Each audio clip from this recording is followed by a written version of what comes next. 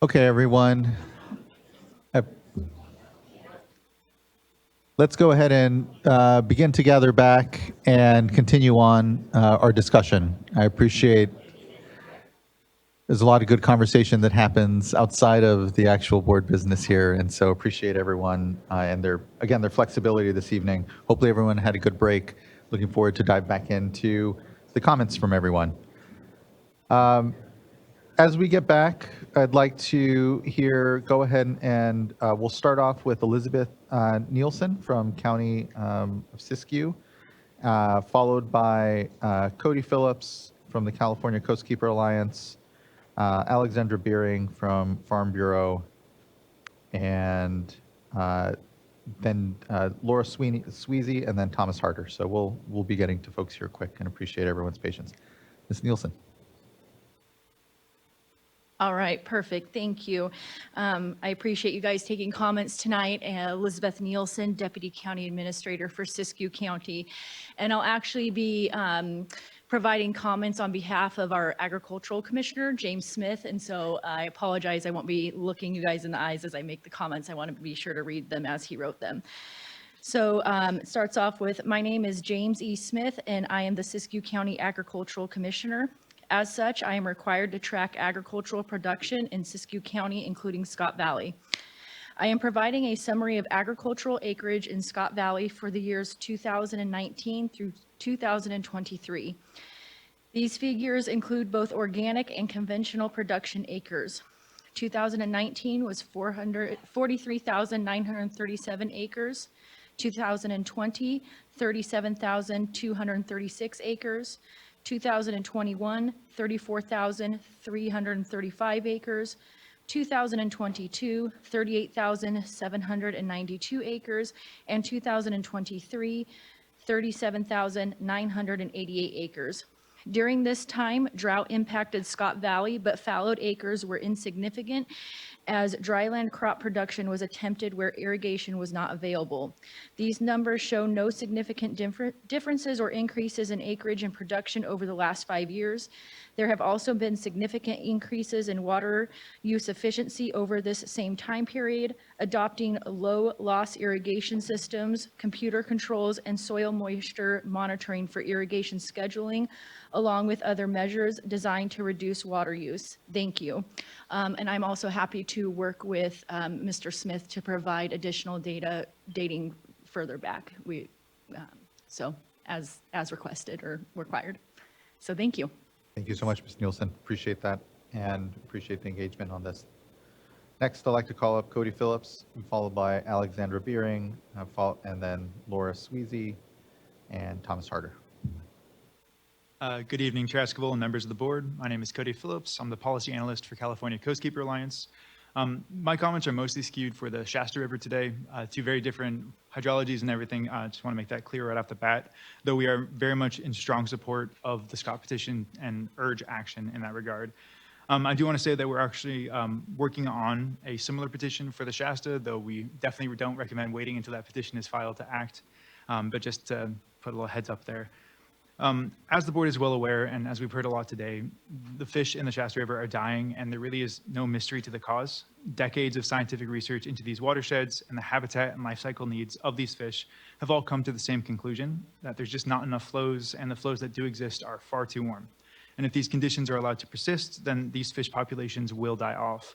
And faced with the certainty and the board's legal duties under the public trust doctrine and the waste and unreasonable use provision of California's Constitution, inaction becomes unreasonable. The board has also made policy commitments in its racial equity action plan to consider the impacts of in-stream flow requirements on tribal beneficial uses and cultural resources, and any reasonable consideration would show that a complete lack of in-stream flow requirements in these watersheds can only do harm to these culturally important fisheries. We do applaud the board's emergency flow regulations, as those were an excellent and needed start, and the flow drop we saw in the Shasta right after those regulations expired really shows what happens to flows in that watershed without board intervention, and should be a point of consideration for readopting those emergency regulations while there's still a declared drought emergency in the Klamath Basin. However, the purpose of an emergency regulation should not be conflated with the purpose of a non-emergency rule. By CDFW's own admission, those emergency flow numbers were not meant to create the durable protections that those fish need to recover. They're simply meant to keep the fish already in the river alive. And the goal must be recovery, not unsustainable base levels of survival. To that end, we strongly urge the board to pursue non-emergency minimum industry flow regulations to recover those species for both the Shasta and the Scott. We believe that for the Scott, these regulations should occur before the next irrigation system, and they should be comprehensive, including riparian and groundwater extractions. And this rulemaking process will provide essential opportunities to all parties to engage. And as we saw earlier today, there is really urge to have serious attention to underrepresented communities by the board. In the interim, we also believe that there should be a level of flows in the river. Sorry, lost my place here. So as I mentioned, we're working on a petition for the Shasta because CDFW has not transmitted interim flow recommendations for the Shasta as it has the Scott. But there are more than sufficient studies in that river system that supply the necessary data to set interim flow standards. I'll save more of that technical information for petition, but to give the general summary here, there are accepted formulas that the board can use to identify minimum flows. You simply plug in estimates of unemployed flow rates and known data about the Shasta River and the needs of fish. And the board has relied on this type of methodology for its statewide cannabis regulations. And they were, as we heard, the backbone of CDFW's interim recommendations for the Scott. This data can easily be supplemented by numerous decades worth of studies into the Shasta River and the flow-related needs of the fish on that river, and that the quality of the flows cannot be ignored, that there's plenty of data about the importance of cold water for these fish and cold spring inflows into the Shasta, which the board could easily factor into where the flow requirements need to be met, the curtailment methodology, or some combination of all these factors.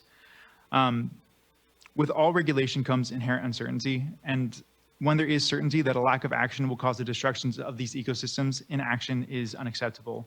But we acknowledge that the future is likely to hold better data. And so we recommend using an adaptive management approach in the regulations, requiring ongoing monitoring of the effectiveness of these minimum flows, and for the board to include a reopener that periodically re-examines the minimum flow levels to ensure that the fish are in fact recovering. These river systems have quite literally been studied to death, and it's time for the water board to act. Thank you for the opportunity to comment and for holding this important hearing. Thank you, Mr. Phillips. Appreciate the comments and engagement around the work here. Next, I'd like to call up Alexander Beering, followed by Lauren Sweezy, and then Thomas Harder and Theodora Johnson. Good evening. What a day. I had a whole list of bullet points, but so many of them have been covered so eloquently by some of you, Chair, Vice Chair, and members, and some by the other speakers and panels who have been here, so I don't want to reiterate or rehash things that others have covered quite well. I'm representing California Farm Bureau today, and we wanted to be here to support the comments and the presentations from the folks on the Ag panel and others who have spoken so eloquently. Obviously, there's action that's needed to help support and restore salmon populations, not just on the Scott River or the Shasta, but throughout California, we're seeing similar things happening, and it's because of human impacts and hydrologic impacts and climate impacts. That's not unique to this area.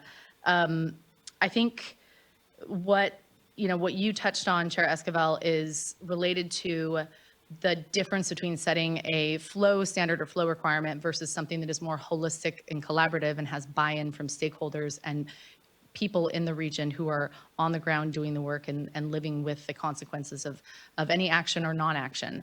I think, and you mentioned a few. You mentioned the water quality control plan for the Bay Delta. You mentioned the Russian River. Those aren't the only ones. Other similar sorts of efforts to restore salmon. You've got the Lower Yuba River Accord and more recent restoration efforts. There's a San Joaquin River Restoration Settlement. I mention these only because as a representative of the State Farm Bureau, I have to look at the whole state and say, okay, what is the perspective and the approach that you've taken elsewhere? And that's what I just wanted to mention, that like this is something you guys have repeatedly recognized, the board and staff have recognized as a superior approach than just setting a flow standard absent any other supportive actions to help restore and support salmon populations. And our concern with the water board setting a minimum flow requirement is that it may foreclose some of those possibilities and opportunities for things that are more holistic and collaborative.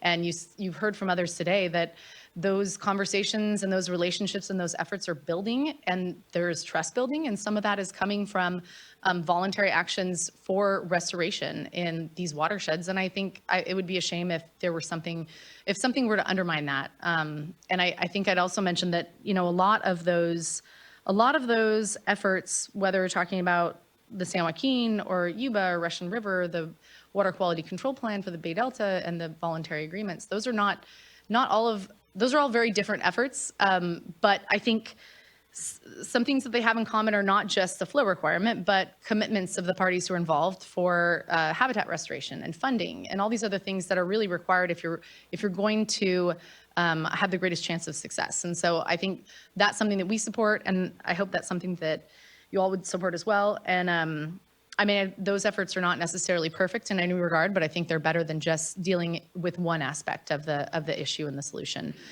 Because there is a concern that if the water board steps in and deals with this one aspect without leaving space to address the others, that it could actually be a setback for those who have been working towards this in the watershed and the community. So we would just urge you guys to leave that space open and to know that there is recognition that action is necessary, but also to recognize that folks are moving forward with something, and those very real relationships that are burgeoning and helpful could be potentially undermined. So anyway, that's all I wanted to say. The rest of the specifics I will leave up to the very capable and skilled, knowledgeable entities and folks who have already spoken today and who'll come after me. But just thanks for your time. And it's been a long day, so my brain is scrambled eggs, and I'm sure yours are as well. So I'll leave it with that. Thank you. No, appreciate it, Ms. Beering. Less scrambled, you know, very much still clear-eyed when it comes to this discussion. But do know, you know, I just would reiterate the caution, not seeing it as an either/or. You know, either we do great things or the board does something, we walk away. And I think that that's where hopefully what we continue to build is the discussion around how they actually inform one another, are part of a suite of activities. And I think as we've seen up and down the state, actually build off of one another and hopefully aren't seen as, you know, that black and white either/or. But I appreciate, again, the engagement, and I know the further discussion we'll continue to have here. Next, I'd like to call up Lauren Sweezy, who will be followed by Thomas Harder. And then I have Theodora Johnson and Sari Summerstrom on the list here. Good to see you. Oh, I'd like to read from my notes, although everything that was said and presented today was so fantastic and so collaborative. I really don't need to. Just going to say a little part, try not to tear, because it's so dear to my heart, what I'm saying. Here we go. Hello, and not good afternoon, but good evening. It's a good evening because today we are all here listening and learning from one another, listening and learning about the passion that comes behind from what they are saying. Even if it isn't our passion, we can listen and we can learn from them. We can listen with respect. My name is Lauren Sweezy, and I'm a Scott Valley farmer. For the last 37 years, I've been raising cattle and hay. I'm also one of the organizers of Scott Valley Agua, which is Scott Valley Agriculture Water Alliance. We're a communication group. That's all we're there for, is to communicate the truth to anyone that wants to know about Scott Valley farming and ranching. We're not here to blame. We're not here to shame. We're here to give good, truthful information that we get from other agencies such as California Department of Fish and Wildlife, the Forest Service, the Water Board. We're here to help. We're here to communicate. So that's it. And then, I'm telling you, I did a lot of homework to write this speech, like 8 or 9 times. But the wonderfulness of the ag panel that was up here representing Scott Valley spoke the truth constantly, constantly, constantly. And then because of the delay in this hearing, we all got together in the big room. I guess you call it the overflow room. Is that like a water pun? But we got to know each other better instead of being divided. And that's kind of one of my roles in Agua is I do like to meet people. I like to learn from people. I like to communicate. And and we did that this afternoon, waiting for the hearing to start. So I was able to meet Troy, shake hands with him, tell him who I am, tell him my background, where I used to do a horse program in Happy Camp for children ages 4 through 18. And one of them probably was kids that he knows. And so we had that commonality, and I did it on the reservation. So I knew very well about his land, his culture. And then last Friday, I got to work with someone from the Klamath watershed, and they got to show me the ponds that they're creating. And I said, Scott Valley, because farmers and ranchers in Scott Valley, we really want to be a part of the solution. We're not in opposition to work together. We really do. So I spent time looking at all these ponds and fish, and it was fantastic. It was, the water was pristine. The fish habitat was fantastic. It was so hot outside, I wanted to jump in and swim with them. And so did Taz. But what happened is he realized so many of our stopping blocks as farmers and ranchers to move ahead, to keep doing our job in agriculture, to help assist the wildlife and our landscape of Scott Valley to make it beautiful and sustainable. We have roadblocks, and so do the fish. And I kept saying, what about fish and farming coming together to form solutions that are sustainable and they're going to last? So that became our dialogue most of the day. And at the end, it's fish and farming. That's the way. And so when you're deciding flows, which are so important, everyone in Scott Valley, we want the fish. And we want to assist in getting them there and keeping them there at the same time as we keep agriculture going. Everybody said everything so great, and they're going to continue. There's speakers behind me that are going to say things. And some of it I might not be super passionate about, but I'm going to listen, and I'm going to learn, and I'm going to bring that goodness that I got to others. And that's what it's about. Thank you, Ms. Sweezy. We're here to listen as well, and appreciate the engagement around this work, truly. Next, I'd like to call up Thomas Harder. School members of the board, always a pleasure to be here. My name is Thomas Harder. I'm a professor and professor of cooperative extension at the University of California, Davis. From 2018 until 2022, I was the co-lead together with Dr. Laura Folia for the technical team that supported development of the Scott Valley Groundwater Sustainability Plan. Dr. Claire Kuba, then a PhD student in my research group, developed numerous what-if scenarios that illustrated how various projects and management actions in the Groundwater Sustainability Plan may actually influence the functional flows of the Scott River using the Scott Valley Integrated Hydrologic Model, SWRCB. Today, I'd like to share some of the key insights to highlight what we learned about the feasibility of achieving the proposed minimum in-stream flows under several bookend management scenarios. Next slide, and then right away, next slide. Next slide. Thank you. To begin, this graph shows actually measured stream flow focusing on the 1991 to 2018 period that the Scott Valley Integrated Hydrological Model is simulating. The light blue line shows the proposed 2017 CDFW minimum in-stream flow levels from January 1st on the left to December 31st on the right. The vertical dark shaded gray area shows the range of measured Fort Jones gauge flows observed in half of those years. The light gray area shows the range of measured Fort Jones gauge flows observed in all but the most extreme wet and dry years, which would fall outside of these shaded areas. Red line shows the median monthly flows observed over the 1991 to 2018 period. And this is going to be the same format in all of the subsequent graphs that I'm going to show you. So next slide. Sorry, can I just ask, because Yeah. I know, I want to Yeah. make sure I'm understanding all of these going Yeah. forward. How does the CDFW recommended flows, those are the 2017 ones, right? And so we don't have on here the minimum emergency regulation No flows. emergency flows are not on here, no. And the USFS water rights one, how does that compare with the emergency drought regulation flows? That's a good question. That's what, okay, that's what I was guessing. So just in a not precise, but in a basic way, as I'm looking at this, is it fair to be looking at that line as similar magnitude for the drought emergency flows?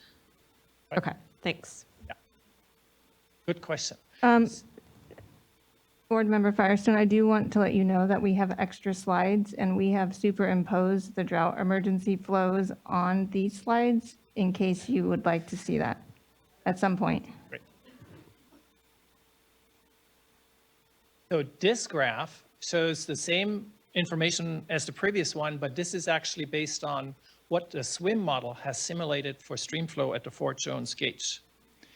It's not a precise capture of what was measured, but as models go, it captures all the key stream flow characteristics. It reflects many details of land management over this period, and it captures the critical functional flow dynamics.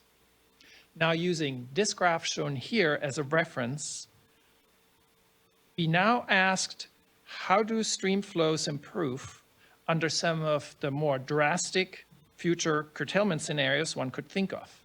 So let's go to the next slide.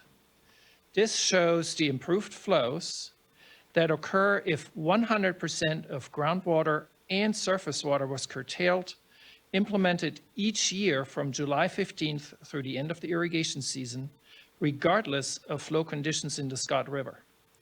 As you can see, there are significant improvements in stream flow conditions following the beginning of the curtailment period, especially in the summer. Yet in drier years, September through November flows regularly remain below the proposed minimum in-stream flows. In the next slide, we do the same thing, but we do it a little bit later, starting August 15th, complete curtailment of all irrigation. In this case, we see a similar effect, delayed by about 1 month, but now more years in the September through November period, not meeting the recommended in-stream flows in the 2017 CDFW in-stream flow recommendation. Next, we ask a different question. We ask what we would see under 1991 to 2018 climate conditions in an unimpaired scenario.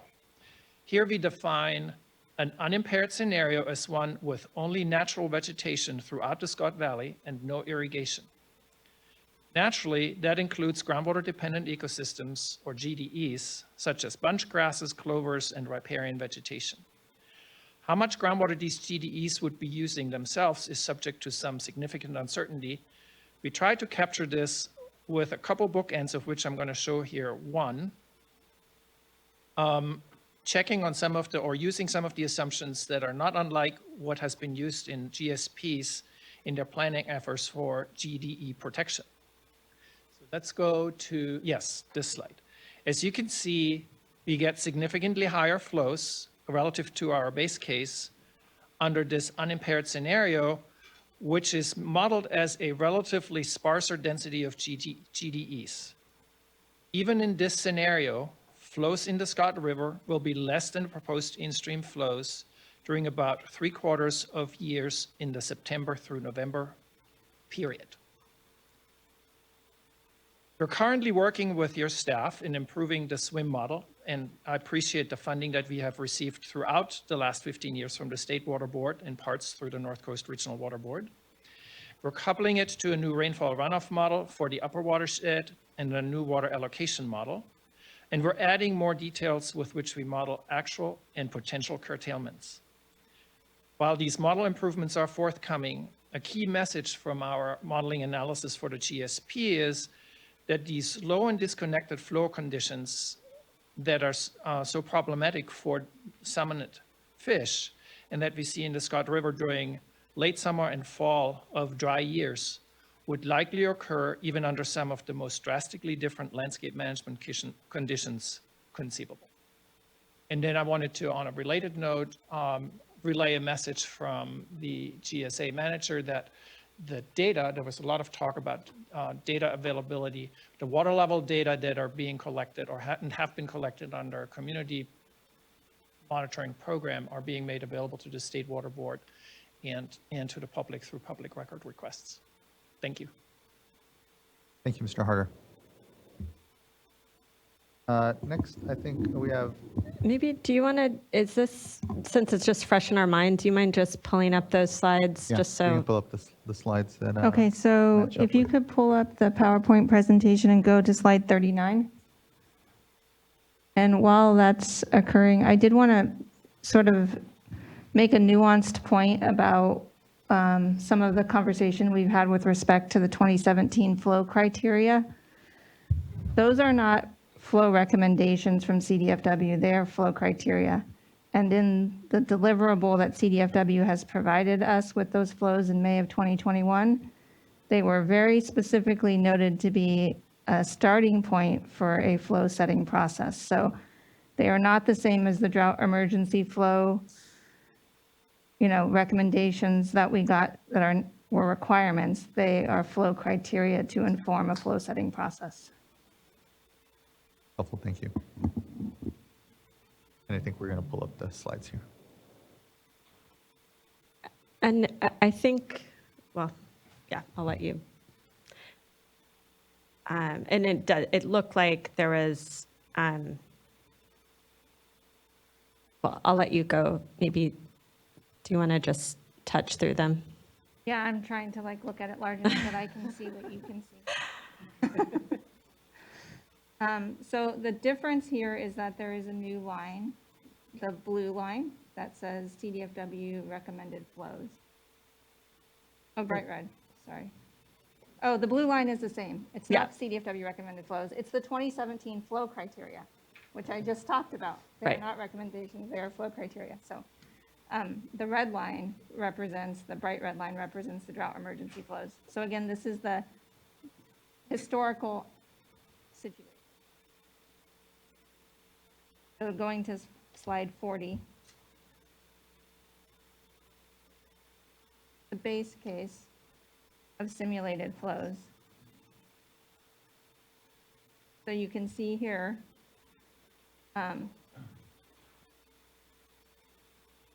oh, sorry. So this is modeled flows, not just historical, but the actual modeled flows.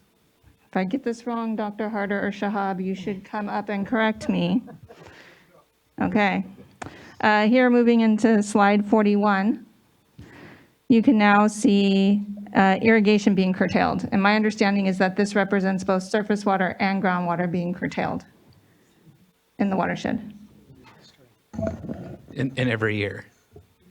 In every year, right? To Yes. achieve this flow This, outcome. this modeled graph here is showing 100% curtailment in this period of time over the record that we have for the month. Yes. Starting July 15th. Yes. So starting July 15th. So it's not 100% curtailment throughout the summer. It's starting, thank you, everyone. July 15th, moving forward, curtailment. But every July, starting every year in July Every 15th, based year. on this modeled record. Yes. That's what resulted in this flow Yes. graph, right? Yeah. And this is the current model. This isn't with the improvements that Dr. Harder is working on right now under our contract.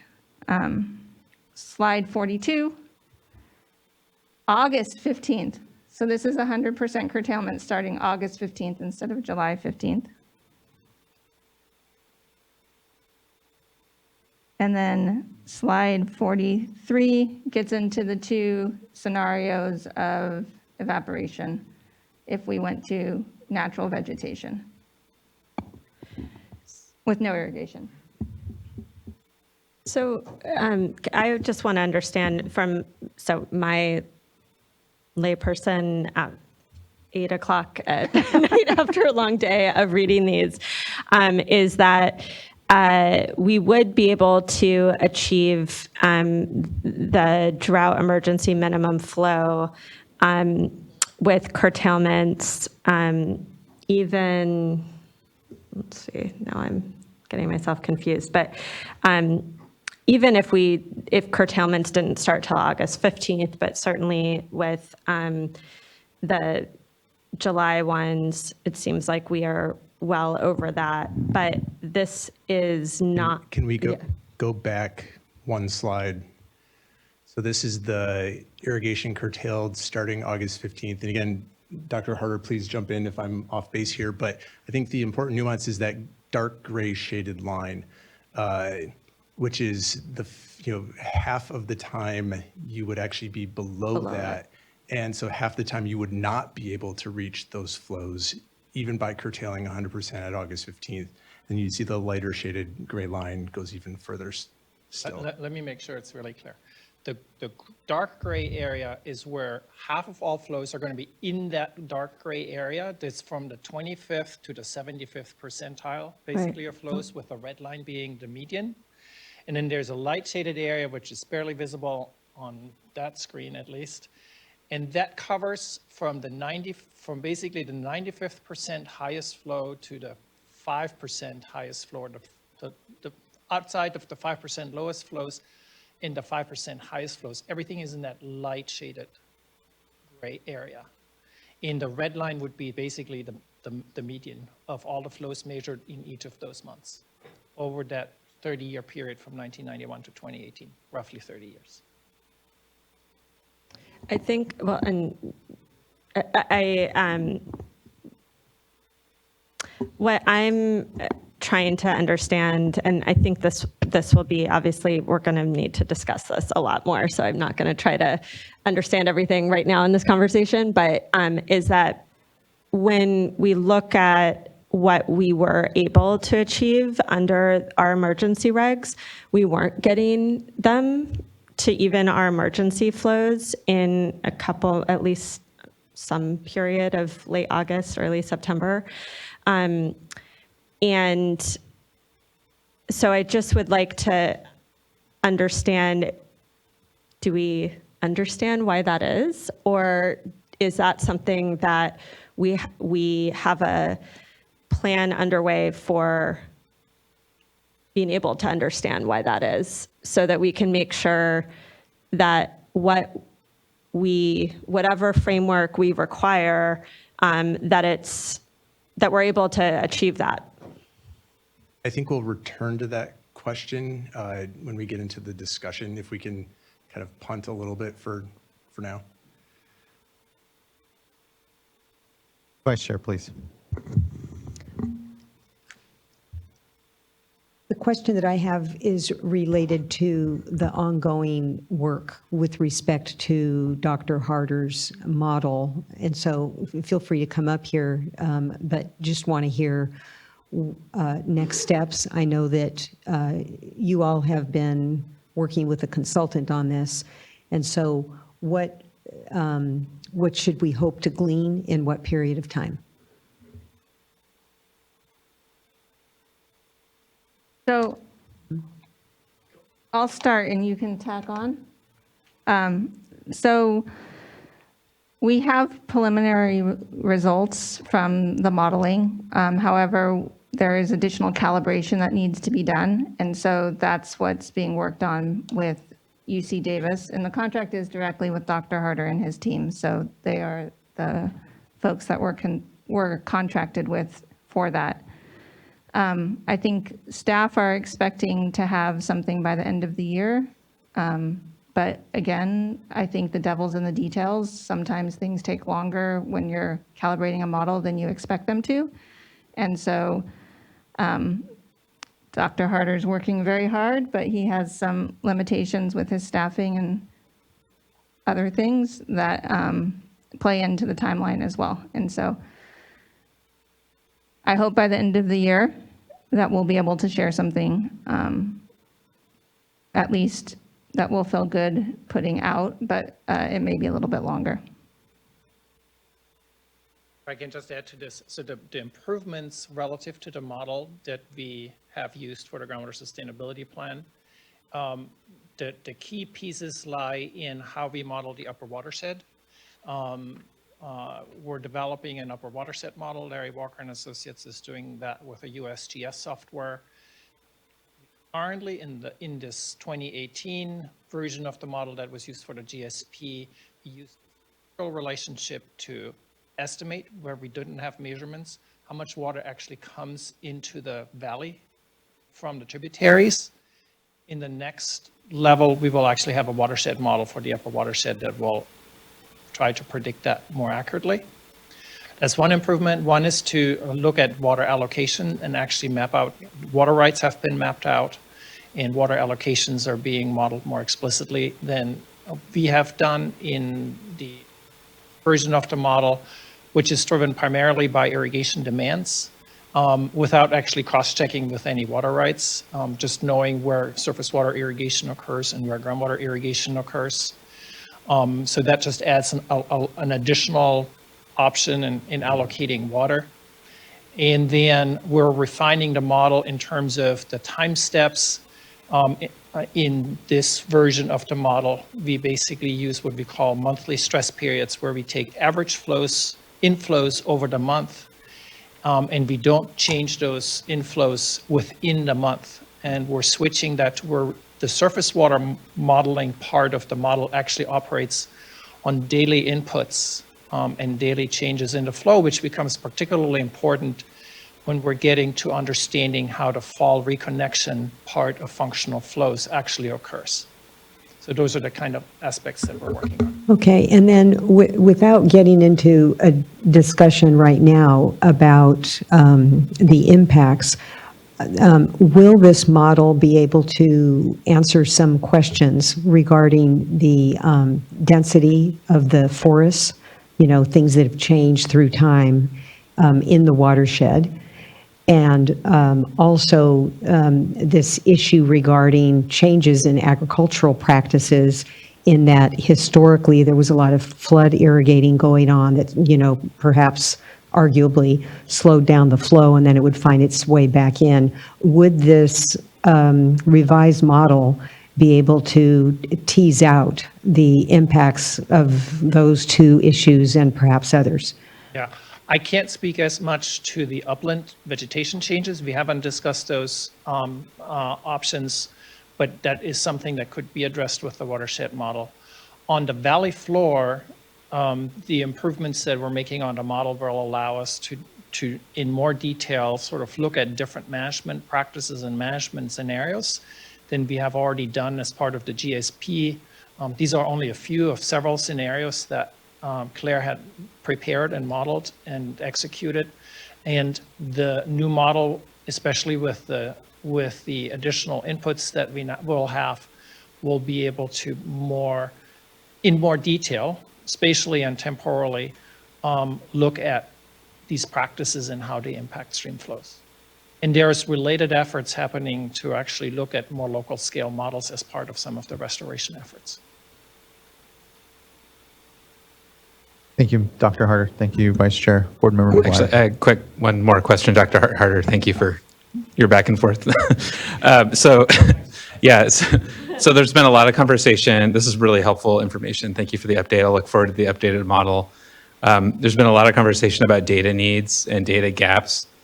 So just from your experience and working on this model and through the calibration effort, are you finding, and again, thank you for the message about the GSA and that data being provided.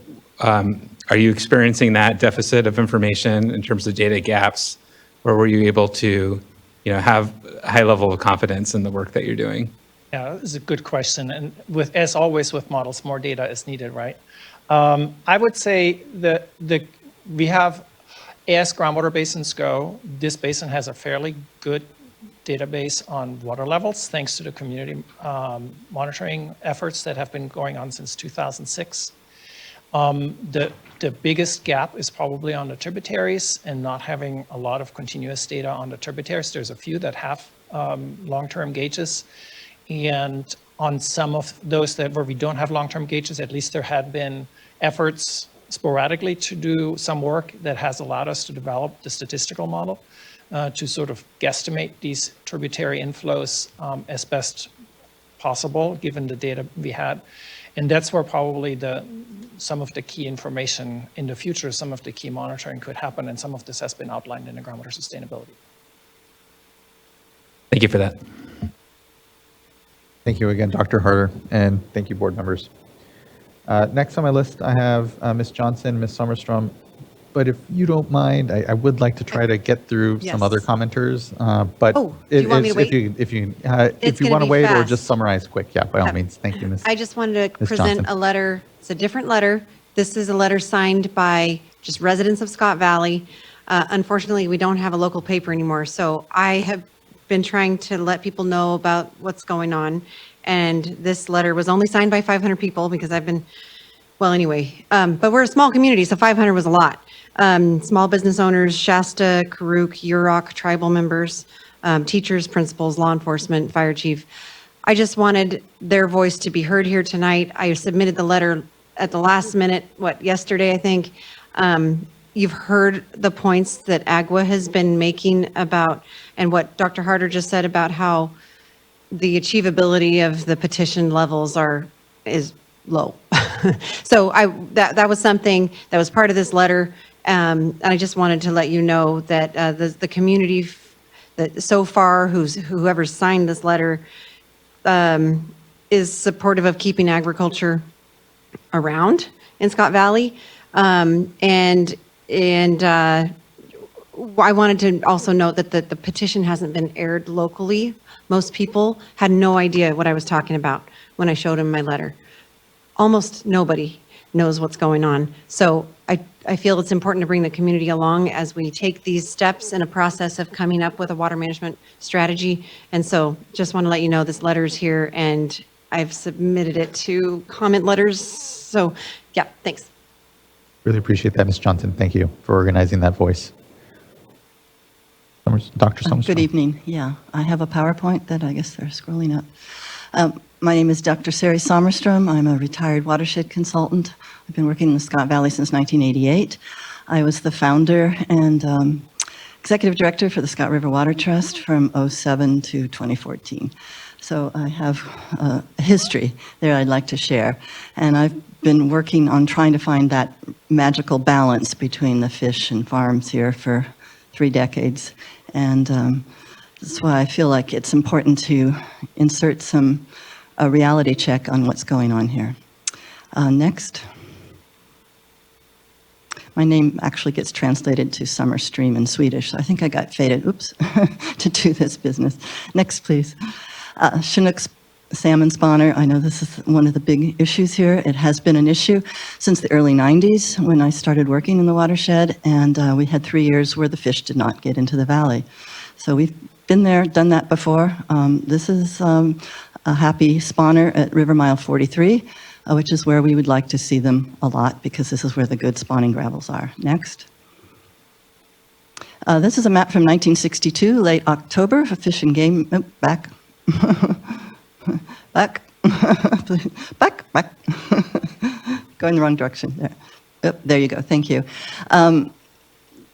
This is from where they saw the Chinook spawning in this time period in 1962, which sometimes we look back nostalgically, if only we could have that many fish again. And these highlighted areas are pretty much the same areas that they've spawned in now. There's areas they avoid because it's a sand bed stream, not a gravel bed stream, and because the gradient is very low. And so there are other areas that are perfect gravels. So this is just what I wanted to show you, that Chinook like the main stem, and it's been like that for a long time. In good water years and high fish numbers, they might go into the tribs, but that is not very common. Next. This is I know one of the big issues is how much does the fall Chinook get into the Scott Valley versus the canyon. This is based on data from River Mile 18, now that we have a video we're there from Fish and Game. And the highlighted numbers are those October mean flows, which is when the Chinook come in, not September. It's a month later than Shasta and has been historically, which were below the 40 CFS target flow. On the right, you see the percent of Chinook that got into the valley despite being below that. So in good water years, it's 60 to 80% get into the valley. They have no flow impediments. They don't want to all go in the valley. There is a distribution throughout the stream system. And then we have those really bad years like 2015 and 2018 and 2020, where majority are in the canyon. Onward, next. We've seen some slides of the Chinook population on the Scott, but I think what's most informative is how does the Scott run, which is in red here, compared to the Klamath run, which is in the blue. It mimics the Klamath run for the most part. There are some years that are exceptionally different, but the only thing that has changed is a couple years here in recent years. Otherwise, it's quite similar. So if you're saying that the in-stream flows are what's changing it, this graph and really what the CDFW's annual salmon reports say is that it's not local conditions that are affecting that. If it's mimicking the rest of the Klamath, it's external factors to the Scott that's affecting this pattern. Next. The Scott represents 9% of the Klamath Chinook total for this average since 1978. It varies from 2 to 20%, but on average it's 9%. Next. And then how does the Salmon River compare to the Scott River? The Salmon River has no flow diversions. The Fall Chinook is almost always higher than the Salmon River, which again has no diversions. So if you're saying it's diversions and flow, that's what's blocking the salmon from getting into the Scott versus the Salmon River, which is the same size watershed, about 800 square miles to the west, but doesn't quite hold up. Next.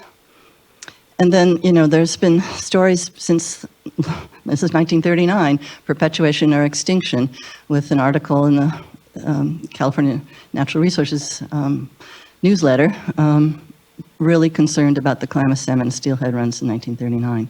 And there were a lot of issues then, too. Onward. 1967, this is a map that Fish and Game prepared for a DWR report of what comes into the Klamath. And this is when it was a guesstimate, but this was probably orders of magnitude proportional. 175,000 was the average run in the Klamath at that time. The Scott was 10,000. So the graph on the table on the right shows that now the average is 58,000, 59,000 average for that same time, the time period 78 to 21 where we have good data. And, but their guesstimate in 67 is that we would be roughly 6% of the total. Now we're 9% of the total. So if you want to look at proportionality of how the Scott has changed over time and what their estimates, what contribution the Scott contributed historically, since this is the oldest data that we have, again, the Scott was lower than the Salmon River's contribution and lower than the Shasta River's at that time. Next. So, coho salmon. I started measuring juvenile coho in the 90s in French Creek when we were only looking for steelhead, and all of a sudden these cohos started coming up in our electrofishing for doing some population monitoring there. And then we started looking for adults, and they weren't counted, but all of a sudden they popped up. December 2001, huge coho got up all the way to the East Fork. So this is 58 miles plus from the mouth of the Scott. Next. This map on the left is where the coho spawned. 2010 was a very good water year. And it was a good coho year.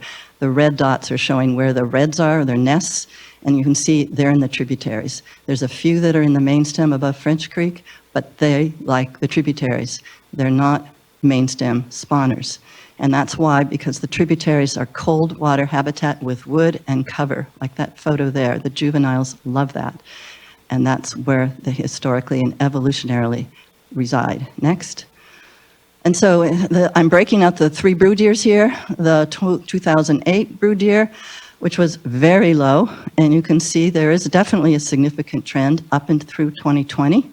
If you have to break it out, that long, complicated graph, by brood year, because they come back as 3-year-old adults. The 2009 trend is positive. The problem brood year, next, was the 07 one, which was our biggest run by far, And it did crash after 2013, which was an extreme drought year. And not just the main stem, but it was cold. And I was definitely involved with the Water Trust at that time. This is the river, this is the Fish and Game Weir at River Mile 18 where they measure the adults. And you can see the conditions were harsh. And the adults got up to the main stem, but the tributaries were frozen. There was not the flow. The main stem flow was fine. Next. And so this is where they ended up in 2013, not where they belonged. They were depositing their eggs and building the redds on top of the Chinook spawning areas that had just happened. So that Chinook run was pretty much devastated by the coho run because, but the flows, as you see on the left, they got up with those flows. Irrigation season was ended, the river was fully connected, the tributaries, except for French Creek, as you can see, they finally did get up French Creek. They could not get to their natal habitat. But it wasn't the main stem that blocked the flows. It was the tributaries due to cold weather, and it just went from warm to cold immediately. Next. And so we did do something as a rescue attempt. The Water Trust had been going for several years. Our effort is to try and do a win-win for fish and ag. We purchase water, short-term forbearance agreements, or long-term 1707s. But in a crisis like this, we could jump in. Next. And so on the left there, you'll see the arrow where we did 2014, these fish were stuck in the wrong place. Their juveniles were in the wrong place. We knew in 2014 that it was going to dry up. There was nothing we could do about that, but we were going to try and target where the rearing habitat was. So the left shows you the context of French Creek, which is about River Mile 47, where it comes into the river. And then right is the detailed of each of those points of diversion is a legal water right that's water mastered that we approached them to make sure that we could lease that water and keep it in stream as long as possible. Next. And this is a little bit of the main stem, a before and after leasing that water. It doesn't look like much, that's 1.7 CFS, but that's habitat. Go on. Next. And then we had this kind of amazing thing, the 2020 crisis of the coho not getting up until late December, but they did get up, and I showed you that run was 1,700. It was a really good run, but it got up late. And then they had to rear over the summer of 21, which was, as you know, a bad drought. That's when your emergency flows went in. And those fish had to survive that summer in those tributaries, and they did get into all the tributaries in 2020, that there was no emergency flow regs affecting the main stem or the tribs in that summer of 2021. Those regs didn't kick in until September. And so when you look then, what was the survival of that 2020 run? That's that high red line there. It was a second highest outmigrant run. And that's one of the brood deers that used to be our weak brood deer, and now it's our strongest brood deer. So, so I would say that we know how to protect those fish in a crisis. Next. So our coho population estimates from the 1965 Fish and Game estimate was in the range of 800 to 2,000. Since we've collected data at the video weir, it's 63 to 2,700. Our average is 734. It's in the ballpark, just about, of the guesstimate that they made back before. Next. So now we go to the flow criteria critique. And my main concern about this is that it is a criteria, it is not a requirement. And if it's just a good starting point for conversation, that's fine, but not as a mandate. It's because it is not based on the reality of fish and flow response. Like you can see, we have good fish data, adults and juveniles. Next. And this is comparing now what by month on the left column. The second column is what the mean monthly flow has been for 80 years. The middle column is the proposed petition flow, and the right column is what your minimum flow was for the emergency flows. And what is proposed now is more than double in August to what the emergency flow was. It's more than the median. The September flow is almost double what past emergency flow, higher than the median. And so these flow next. So these three hypothetical models that were used by CDFW, and they call it a desktop model. I've analyzed these three models. I'm not going to go into the gory details. They come from different sources. The Hatfield-Bruce model definitely said it was intended only for planning and research purposes. The Q fish passage model was used for your North Coast in-stream flow policy, at least had some California data put into it. Again, not the Scott or the Klamath. And when you compared those three models, it provided the lowest flow results, but was not selected as the interim flow. They picked the highest flow of those three models. C, the Testman tenant, came from the northern Great Plains, and it just uses mean annual flow for low flow months. Again, no local fish data that we actually know. Next. And so I'm advocating we really sit down collaboratively and look at real world flow and fish data for spawning access, spawning success. Next. We can look at a graph like 2013 where we had good Chinook spawner access, 73% got into the valley, and the coho got into the valley, but no tributary access. And so we have this kind of flow data, we have this kind of fish data, we know what has happened. Next. And again, we have juvenile out migrant passage data, which we can look at over time and what it takes to get the juveniles out of the coho, Chinook, and steelhead. Next. And so my conclusions are we need real world Scott River data. Most of it's from CDFW. This is not dueling science, it's how we interpret that data. And the flow is needed to be assessed instead of adopting a hypothetical flow which did not use local fish data, which we have lots of good data. That in-stream flow incremental methodology is, quote, not intended for prescribing in-stream flow standards, says the In-Stream Flow Council, yet it's being promoted here as a regulatory tool. And then by proposing maximum unreasonable winter flow criteria, it's blocking our aquifer recharge projects, which is part of the GSP, and we thought it was a no-brainer. Everybody supports recharge, but we can't meet artificially high winter flows. Next. So my final recommendation is that we hold, at the minimum, a state water board workshop, singular or plural, to discuss the details and relevance of the Fish and Game flow criteria, which there was never a draft released. We never got to comment on it publicly. As far as I know, there was no peer review on it, and then it's been thrown at us. But yet we have real-world Scott River fish and flow data, and that this workshop, this hearing process is not the best structure for discussing this. There might be other mechanisms to do this, but there's some of us water and fish nerds that really would like to get into the data and not just throw numbers up there and see what numbers stick to the wall. We really have better understanding than this. And so, again, I'm advocating for fish and flows, but on real-world data and not artificial. So thank you. Thank you, Dr. Summerstrom. Next, I'd like to call up Brandon Fawaz, who will be followed by Jeff Eisenberg, then Michael Belchick, and then Joan Webster. Hi there, and thank you for your time today. I won't be able to speak nearly as articulate or hold a candle to what we just heard. Maybe I'll be about 1/8 as smart, but I'll go ahead and try to address you as well. I'd like to start off by saying, a term that comes to my mind is solution, right? That could be the act of solving a problem. And today the Water Board has been formally presented with a problem. We all know it won't be solved today. I'm here today asking to be part of the solution and not a casualty of the process. So a little about who am I? So I'm a father, a husband, an employer where 11 families depend on me for a roof over their head, a school board trustee, city council member, and a first-generation farmer. I've been involved in resource issues for over 20 years. I think, Chairman, I met you maybe 15-ish or so back in DC, and Vice Chair down here maybe about 10 years ago. But yet, somewhere there's been a breakdown in communication. I haven't seen you for a long time. I've just got to re-know you.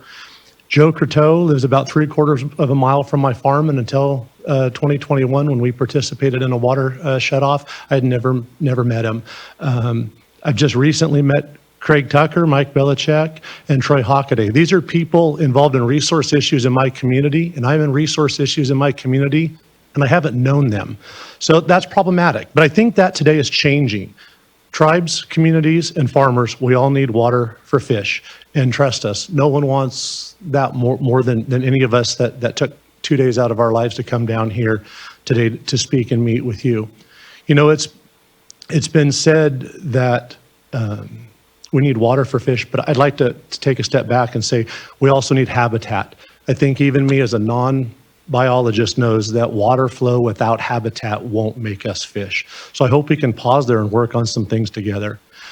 I always believe if you're not growing and evolving, you're dying. Well, that's not been my MO at all. I've done countless irrigation upgrades at my own expense. I have pumps turned off right now. I will continue to have probably 90% of my pumps off within the next handful of days. I can't remember the last time I did a fourth cutting of alfalfa. I think 6 or 7 years ago, somewhere in that ballpark.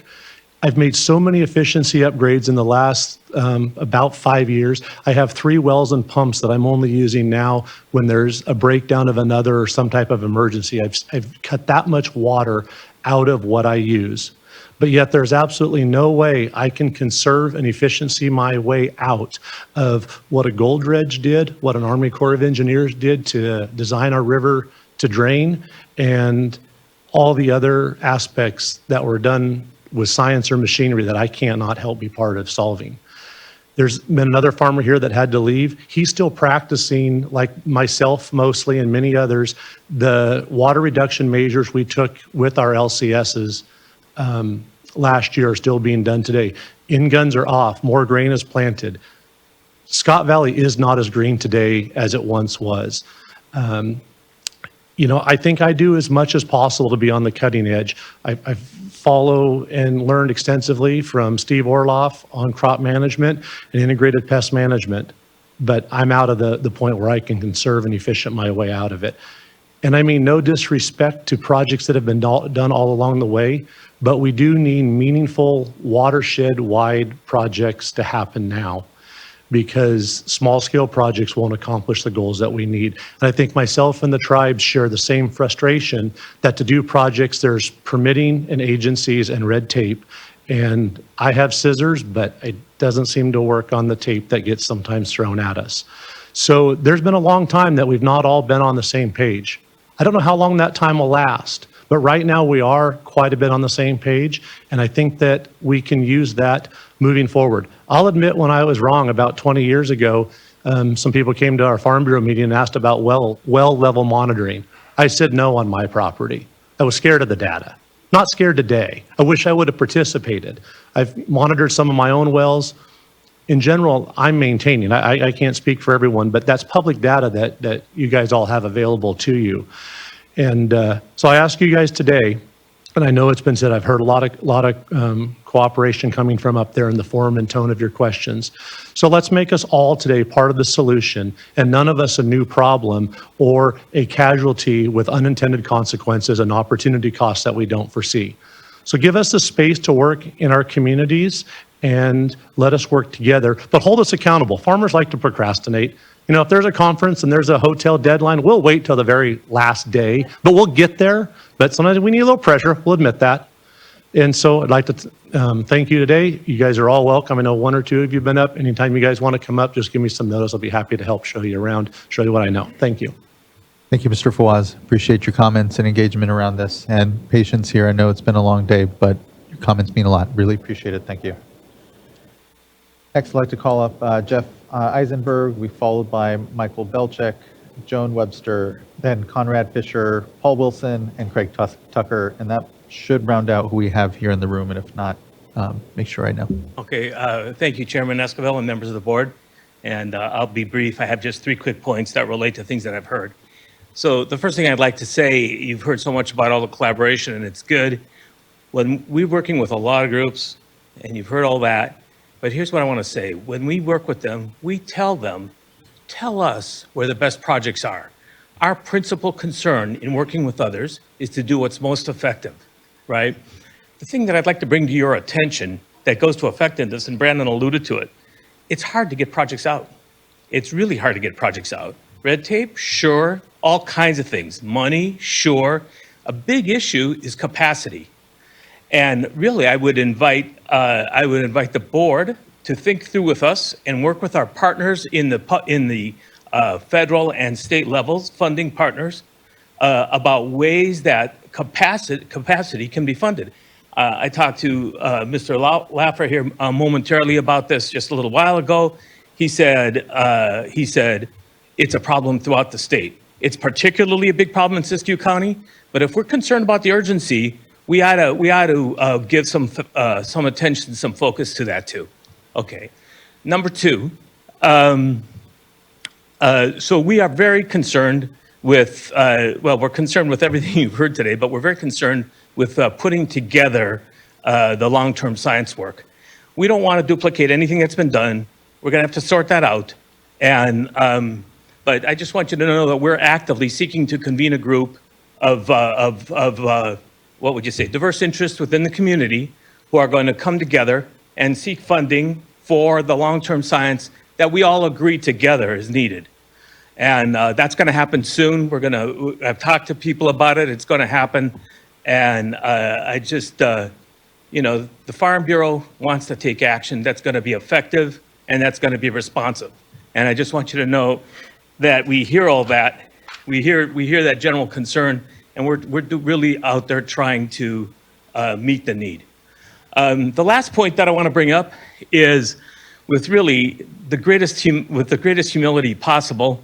I'm embarrassed to say it, but yet I feel compelled to do so. So with respect to Dr. Harder's work, it's fantastic. It's fantastic. You guys are relying on it a lot. And I think he's providing a lot of great information that's going to help inform decisions. We spoke to him the other day, and you know, he's right behind me here, so he'll get a chance to correct me, as he should, if I get this wrong. But the question we had is, you know, will your model allow for describing outcomes with various management prescriptions? And he said yes. And so that's good. The question that really gets me is a big problem, and I don't know how big a problem compared to other factors, is the channelization of Scott River, the incision of the Scott River. And so, and Dr. Harder's work itself shows that even if you completely cut off agriculture irrigation, you are not going to meet the target flows a significant portion of the time. So I asked him, is one of your management prescriptions doing restoration work with the channel? And which to me, you know, so a lot of people here claim that they're lay people, and I'm sure they are. I'm a double lay person, a triple lay person. So I really, you know, I really don't know, and I don't mean to make a claim, but just it seemed an obvious point that with so many people pointing to the morphology of that stream bed as contributing to the problem with the water, that to us is information that's critical. What do we need to do to make the Scott River work? I consign that to your careful attention. Thank you for your tremendous patience. You're an impressive board. You've been here a heck of a long time, and we appreciate the thoughtfulness with which you've approached these difficult questions. Thank you, Mr. Eisenberg. Appreciate you hanging on and your comments as well. And I know we will look forward to what is a lot more discussion and work here before us. So thank you. Next, I'll call up Michael Belcheck, followed by Joan Webster, Conrad Fisher, Paul Wilson, Craig Tucker, and Ann Willis. Good afternoon, and thank you for having me. The Yurok Tribal Council has authorized me to present these comments on their behalf, and I apologize that Vice Chairman Frankie Myers couldn't be here. He had a last-minute scheduling conflict. It's been a long day here, so let's try to get it right here. So first of all, the tribe that I'm speaking for here, and I'm not a tribal member, is 6,800 members and fishes for salmon and always has on the Klamath River.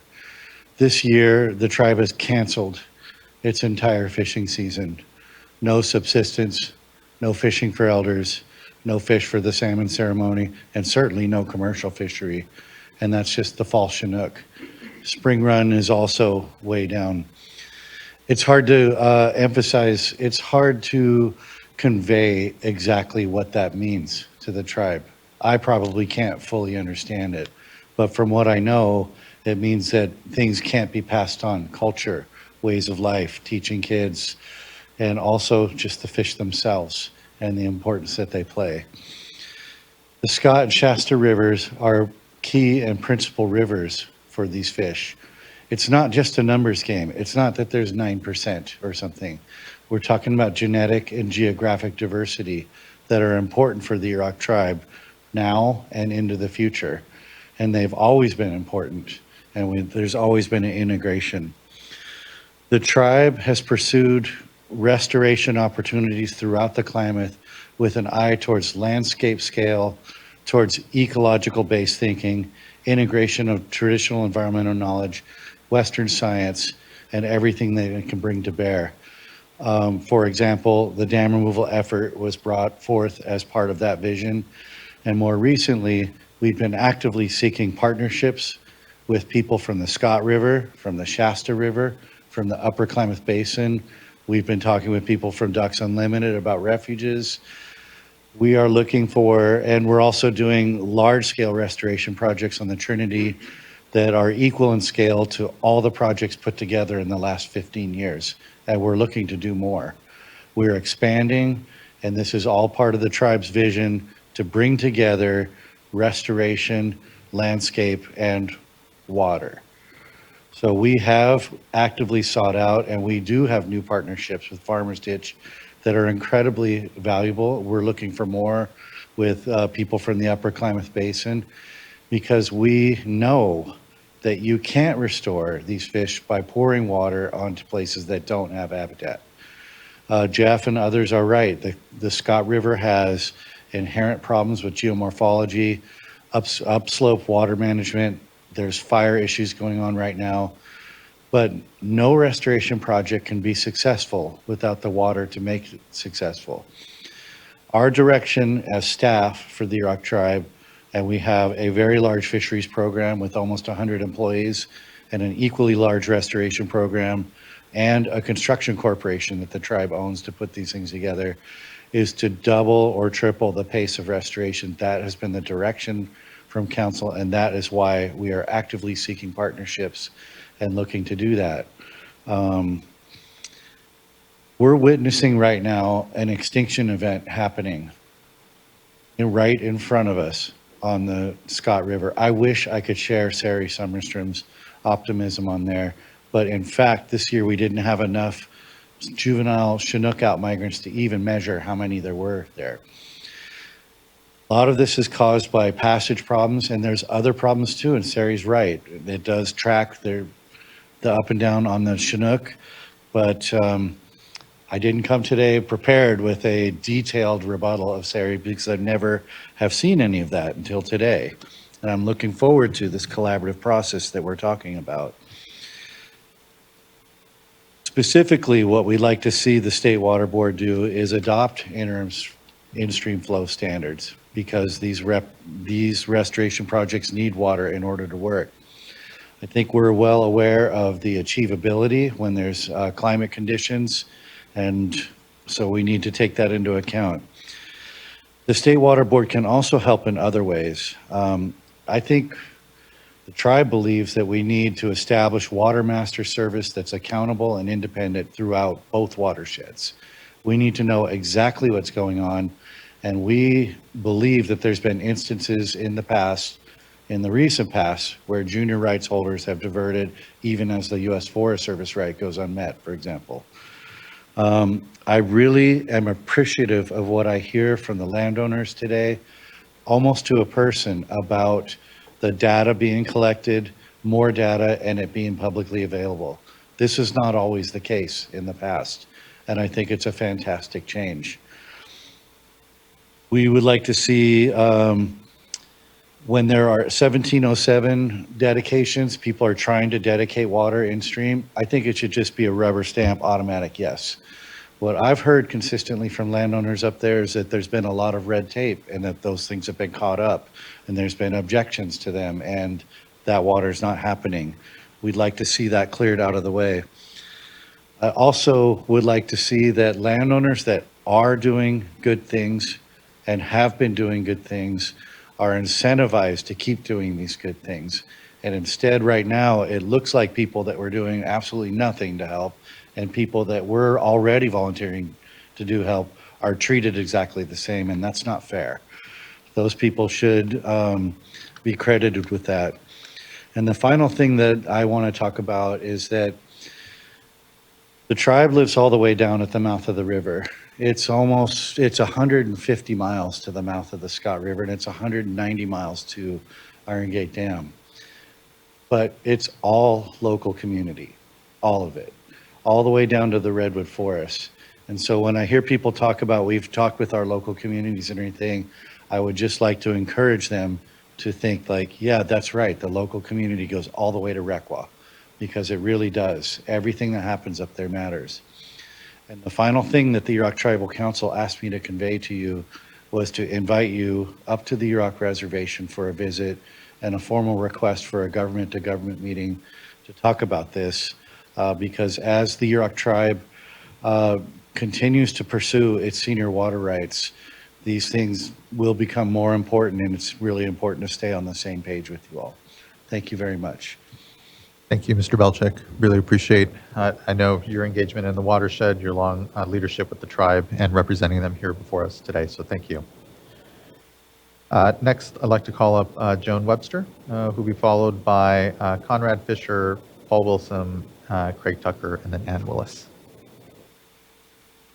And I think Ms. Webster isn't in person, but is here virtually with us. So, and I just want to acknowledge, I know there have been folks that have had to drop off at this point in our discussion, and apologize to them amongst folks, and just appreciate everyone hanging on here with us in this late hour.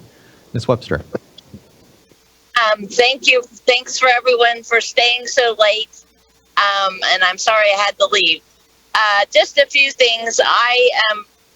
I was raised in Quartz Valley and have a place there on the original reservation before it was restored. My family was, my great-great-grandmother was born about a mile from the house that I was raised in. So from that standpoint, I understand and appreciate the importance of the fisheries and fishing. It's been an integral part of my life as I grew up. But at the same time, I'm an irrigator in Quartz Valley, which is our water comes off of the Shackleford Creek, and I'm afraid with these flows that we've discussed as possibilities, that I won't be able to irrigate enough to even pay my taxes. It's a touch and go thing as it is. So I just encourage everyone. I think that we're all on the same track, but it's important. I understand and appreciate the need to maintain fish, but at the same time, our irrigation ditch redoes the groundwater in Quartz Valley, and I think that's a great thing. I think that our irrigation ditch supplies drinking water for deer and all sorts of wildlife besides fish that are, they have to far to get water if it wasn't for people irrigating. So those are just things that I think about when we're focusing on fish. So thank you for your time and have a good night. Thank you, Ms. Webster. Appreciate your time, and thanks for your flexibility and still providing your comment here. Thank you. Next, Conrad Fisher. Thank you to the board. I'm Conrad Fisher with Water Climate Trust, and thank you for your endurance tonight. Water Climate Trust advocates for in-stream flow requirements that satisfy climate resilience and river-dependent communities and prevent extinction. I also happen to be from my home is on the lower Klamath River, so I am directly impacted by what happens on the Scott and Shasta. So when we talk about Scott community represented, Shasta community represented, we should preface that with irrigator community. So when less water flows out of the Scott and Shasta, it impacts people in Southwest Siskiyou County. When fish swim by my house and get stranded, as you can see in this photo, that was taken exactly 12 months ago, they die, they don't reproduce. So that also affects other community members, myself included. And you've heard a lot from the supervisors to whom I pay property tax every year. We have not heard any supervisors represent the Southwest Siskiyou County, where most people actually support flow restoration, where a lot of people actually make their living from Airbnbs, from tourism, from rafting. So there's a whole other segment of the economy that I would argue is more sustainable in Southwest Siskiyou County, where we get taxed without being represented, and I am one of them. So I'm here today to support the Karuk tribe's petition. I would also encourage you to consider permanent in-stream flow requirements on both the Scott and the Shasta River. and it's very important. You've heard a lot about the science. I would say, please make the goal recovery. You have direction from the US Congress, you have direction from the California Constitution, you have direction from the California legislature. So anytime we're talking about science, the best available science, we need to ask ourselves, what was the fundamental goal of that science? And that goal should be the goals given to us by the legislature and in the California Constitution.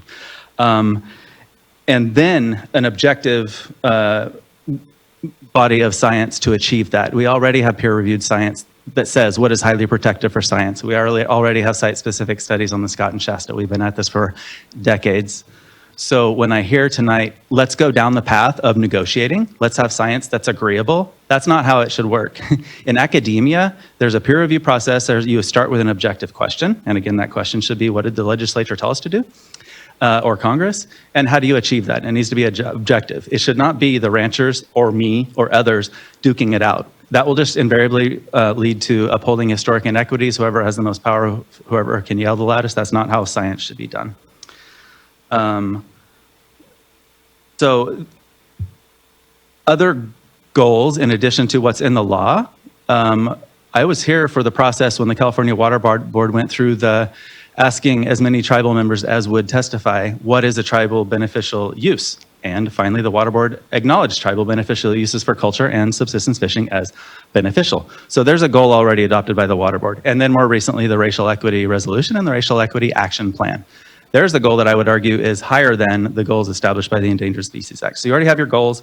Let's find objective science to get us there for both rivers. So I guess it's been a long day. I will end there.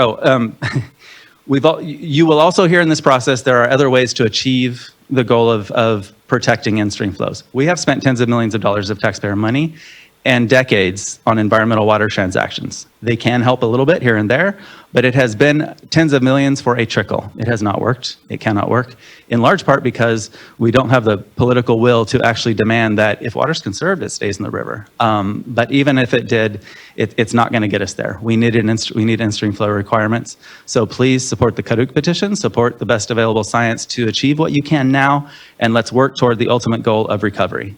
And this should not be based on projections like we heard from UC Davis. It should be based on actual fish numbers increasing. So do our best and let the real world show us what enough is, not projections. So thank you very much. Thank you, Mr. Fisher. Appreciate your comments.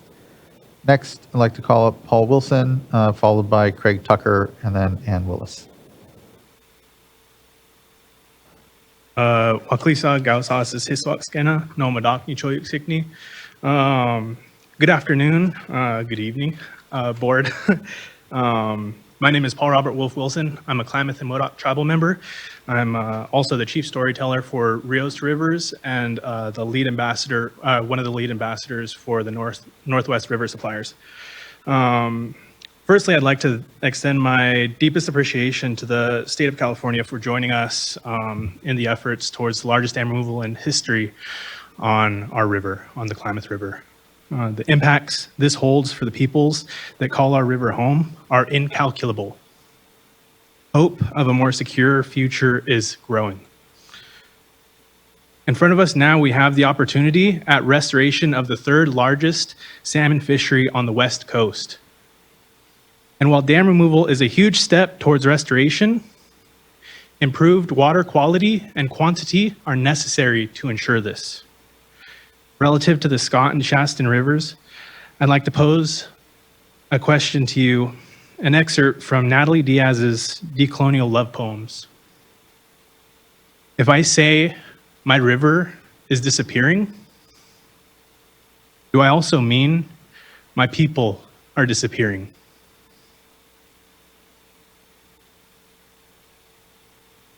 These last years, I've watched the Scott River run dry.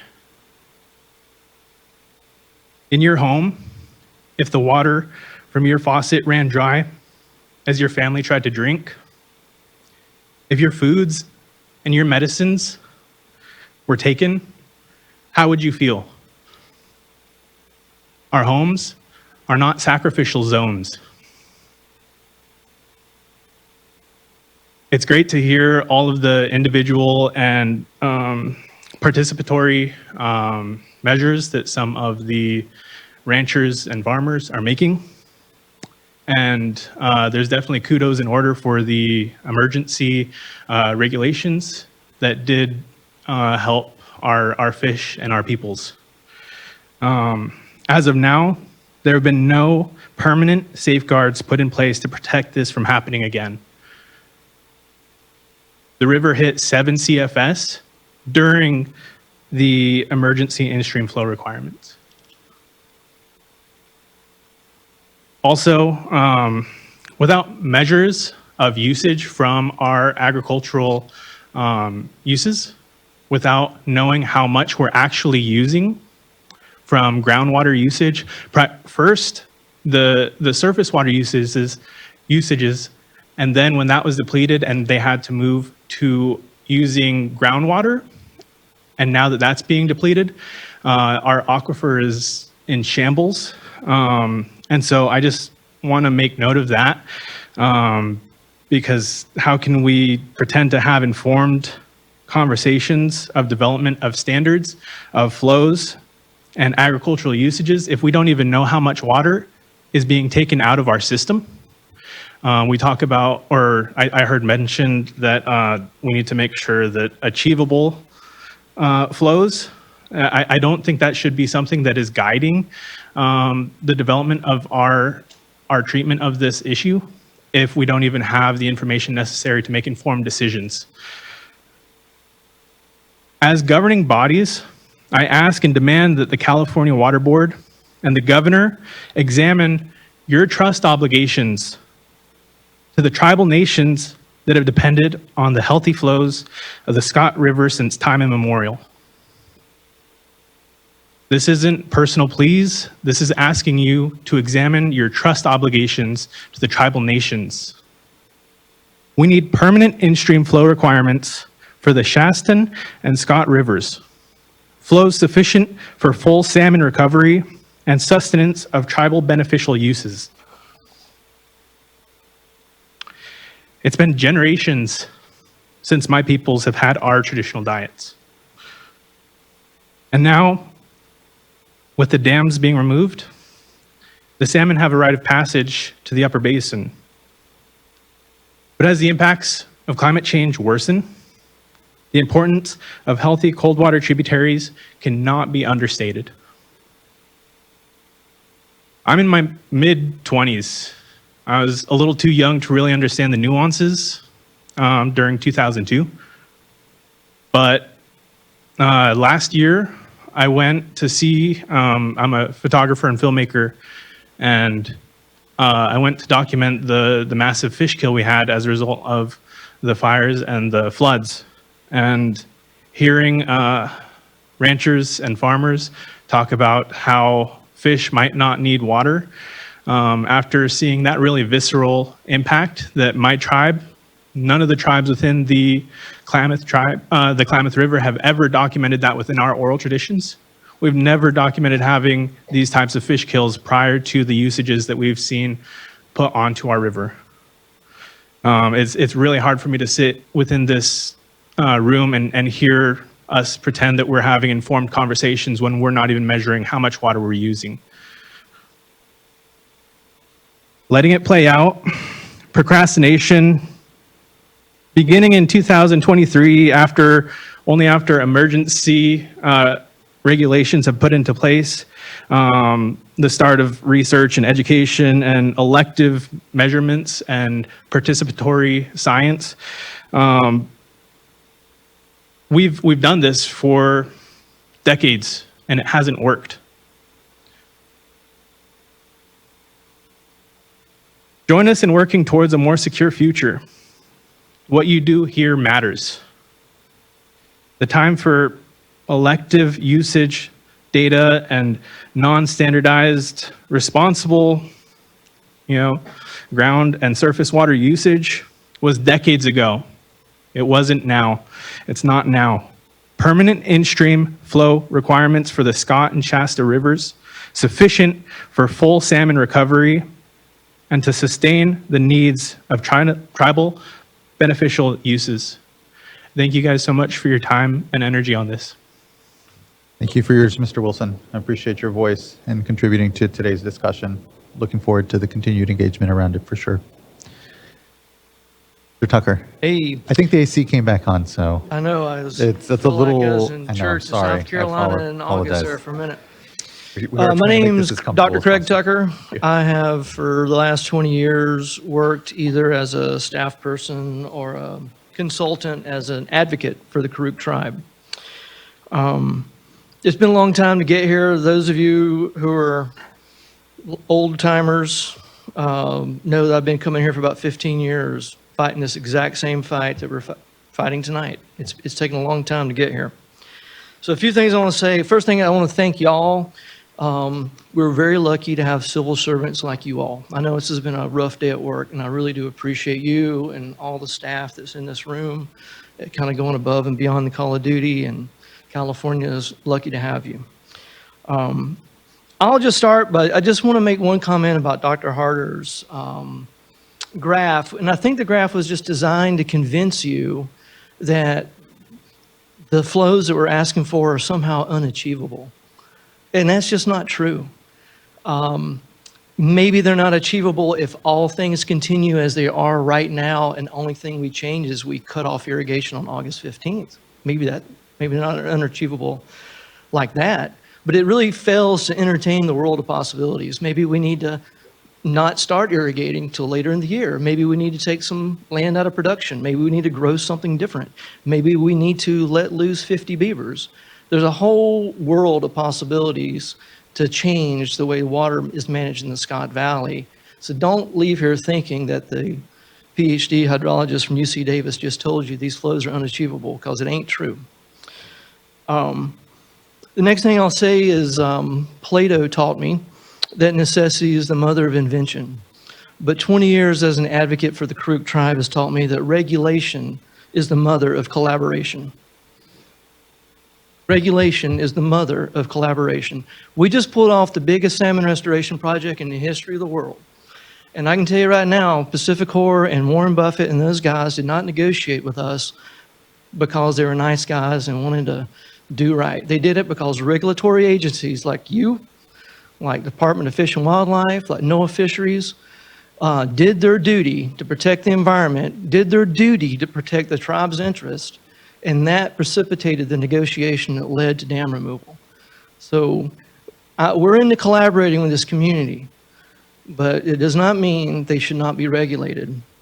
And I'll take that a step further. The tribe cannot be expected to engage in some kind of negotiation or collaboration with the community of farmers there when the scales are so far tipped in their direction. The fact of the matter is that this is not just a fish and water issue. This is a social justice issue. This valley, Scott Valley, was taken by force. Let's just be honest about it. We're not in Florida, so we can tell the real history here in California. Scott Valley was taken by force. Native people were the victims of violence. They were kicked off the land, and they had their water and their land forcibly taken from them.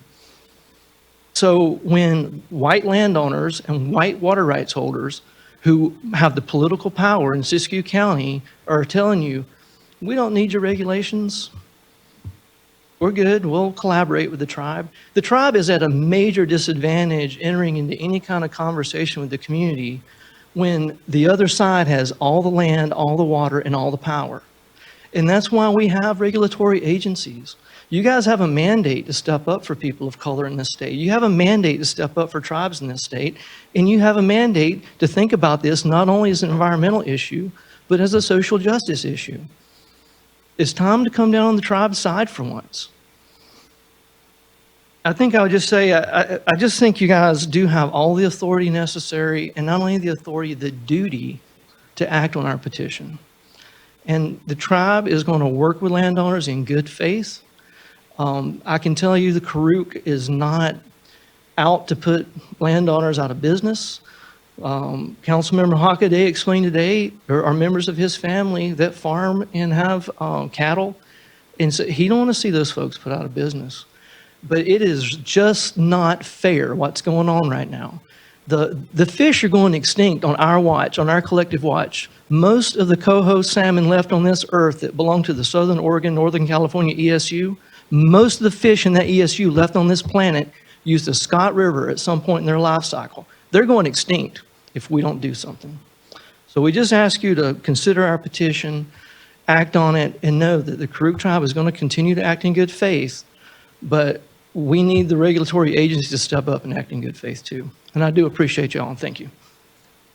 Thank you, Mr. Tucker. Appreciate the comments and long and continued good work, and look forward to that continuing here amongst us now. Next, I'd like to call up Ann Willis.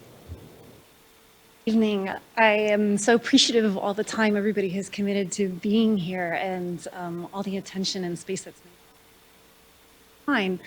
And I was really motivated to speak after hearing some of the questions that some of you were asking earlier, and wanted to share some of my experience specifically with Shasta River. Currently, I'm the California Regional Director for American Rivers, a national nonprofit that looks to conserve and restore rivers across the country. Prior to that, I ran a research program at UC Davis where I got my PhD in civil engineering, and I am very proud of it. And the work that I did there was really collaborating with landowners in the Shasta to help them understand what a vision of a positive future looked like, one that was not necessarily void of sacrifice, but did have some certainty. And that is what the landowners I was working with were looking for, was certainty. In full transparency, I've worked directly with Tristan Allen, who you heard from earlier today. I've worked very closely with Gary Black, who is here and speaking today. And I've worked with the Hart family. Those have been the main landowners who I've worked with in the Shasta Valley. But continually what I hear and what I heard regularly through the drought and during the curtailments was that they want to know how much water. I struggle with that question sometimes when I'm having a conversation with them, because I try and impress upon them that a river is not just parts, it's processes. Minimum flow is a part of a river. That doesn't necessarily speak to how it works. And over time, I've been able to share the research that I've done over the last 15 years with them and explain how all of these parts need to come together. It's flow, it's habitat, it's how they manage their water. What I wanted to also share was, I think we have overlooked some of the good work that's moving us very far down the road, particularly work that's already been supported by the State Water Resources Control Board. One of the last research projects that I was a part of when I was at UC Davis, before I transitioned to American Rivers last fall, was taking the California Environmental Flows Framework and applying that concept on the ground to a tributary in the Shasta River. Because while the idea sounded almost too good to be true, what we needed to know was, does it work? And does it work to the extent that we can give landowners certainty, not a minimum flow in drought years, but flows in all years? Because what we know about these rivers is that the native ecosystem thrives not just because they were able to persist during droughts, but because they had wet years that were truly wet. We needed both. And so the conversation I have with landowners is, there may be more flexibility than we've been experiencing for them during dry years, but there really isn't any such thing as surplus water. When we get to wet years, that needs to be wet. We can't see it as water wasted to the sea. We need to see it as working water that's helping to really infuse our rivers and our ecosystems with resilience, so that when we get to dry years, we can all work through it. They really understood that idea. They didn't always like it. We've often had arguments. I asked him before he left, and he didn't mind me sharing. You know, Gary has often pushed back on me and said, well, what about this? And what about this? And can we measure this? And finally, I said to him once, I'm like, we can measure all those things. And when I'm done measuring them and I share my data, I need you to be prepared to be 100% wrong. And then we're going to do what I'm suggesting anyway. They will have conversations like that with me and then call me back again the next day. They are open to data. They want the certainty. There was a culture of fear. It is changing. We've heard that from landowners. But I also just wanted to, I think, be a voice for some of the good work that's being done to support this idea that we don't just need emergency regulations. We need regulations across all years, mostly because that brings certainty to everybody. And the last thing I would leave you with is just, you know, a message I leave the agricultural community with, because I think it's really important to be transparent with them, particularly now that I've moved over to an advocacy position. And that said, I think we often like to present a lot of these ideas as win-win. But what I know from working with the individuals who I care about very deeply in this community personally, it's not just about rivers for me, it is also about the people, that on an individual level, somebody is going to lose. Somebody will not get the water the way they used to. Somebody will not benefit from an inefficient system the way they used to. Somebody is probably not going to see the next generation of their family farm the way they used to. May not even live there at all. And while that's not necessarily something that should stop us from moving forward, I do try to approach that conversation with compassion because I understand that loss and how painful. Anyway, that's mostly what I wanted to say, and to just encourage you to remember all the good work that's been done to date, and that I think that if we continue to move forward, could really resolve a lot of the issues and uncertainties that people have been voicing here today. Thank you so much. Thank you, Ms. Willis. Appreciate your contributions and leadership in the discussion and bringing folks along. Thank you. I believe that's the last of our in-person commenters, but if you're in person here and looking to comment, please do raise your hand. We have one more. Okay. Okay. Yes, please, Mr. Fredrickson, come up. Of course, yeah. You can do both, yes. By all means. Mr. Fredrickson, apologize. Didn't see you here. I appreciate it. Yeah, so if my name is Justin Fredrickson, my day job is I do work at the Farm Bureau, but it's way after the day ended a long time ago. If I just looked at my paycheck, I would have gone home hours ago. So I'm sitting here thinking about this, listening to all this. I just want to try and tie together a few themes and things I heard, and also just some of my own thoughts for you. So one thing is, when I look at water problems in California in general, one thing that I see is that our system was designed for one set of beneficial uses, and it was not recognizing other beneficial uses that we're now trying to reconcile, and that's really hard. And so I see that driving a lot of conflict. Now, the fish, the tribes were, an afterthought. And so if you look at those mine tailings from the one picture, or you look at, what they were talking about, what the Corps did, channelizing all these rivers, that's part of what we're up against. And that's it. It's the hydraulic mining, things like that. The devastation was so vast that it's really hard. That's part of the, what is impeding progress and meaningful progress and bringing these fish back. So I just wanted to say that someone talked about times changing. Change is hard, but I thought it was really powerful that person said, we recognize the need for change, but we would like to survive that change. So give us the ability to survive that change. And when we are reconciling or trying to bring into the 21st century these uses that were left behind, it's about rebalancing. It's not about either or, as you said, Chairman. It's about rebalancing. It's about recognizing, accommodating, and reconciling uses left behind. Okay. Another theme, data is our friend. Or several people said, I'm pro-data. And when we started talking about data, I saw people shaking their hands and shaking their heads. And there's hope. I think that we all feel when we start to look at actual possibilities and what is really happening with that system. So I just support all of that. The criteria are criteria, and they're just one knob. They're kind of a blunt tool. And like the presentation from Ms. Sommerstrom, I thought was really powerful because she was looking at multiple knobs, and she was looking at what's actually going on with the, when the fish were leaving, when they were coming, the tributaries froze over, the coho were trying to get into the tributaries, but they ended up in the main. There were so many complexities there, and it wasn't just this blunt tool. And so what she was talking about, having a workshop, having conversations, and trying to see how many different knobs we can turn, not just the one knob. I think is, there's a lot of promise there. Because as one of the ranchers said, we cannot fail. They in particular, the tribes as well, can't afford to fail, can't afford to just make this about, a symbolic struggle or something that ultimately fails. The same science, you use that phrase, I think and a lot of people sounded that theme, I think it's very correct. Conflict versus collaboration, and the shifting of tone that we're beginning to see, but it's also being sort of driven by, the threat of some kind of, these frankly, this petition and all of that.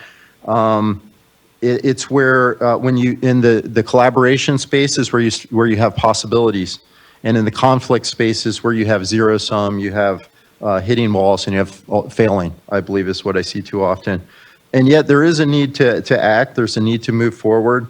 Recognizing that the next dry year could be next year, and to overcome inertia, to overcome procrastination, also to recognize that there's grievance here. Like when I hear the tribes talk about the year they had the terrible fire, and then there was no water in the river, and they felt that was a tragedy for them, or the year, or just the fear of loss and the grievance that is there. I think that it's important to recognize those things as well.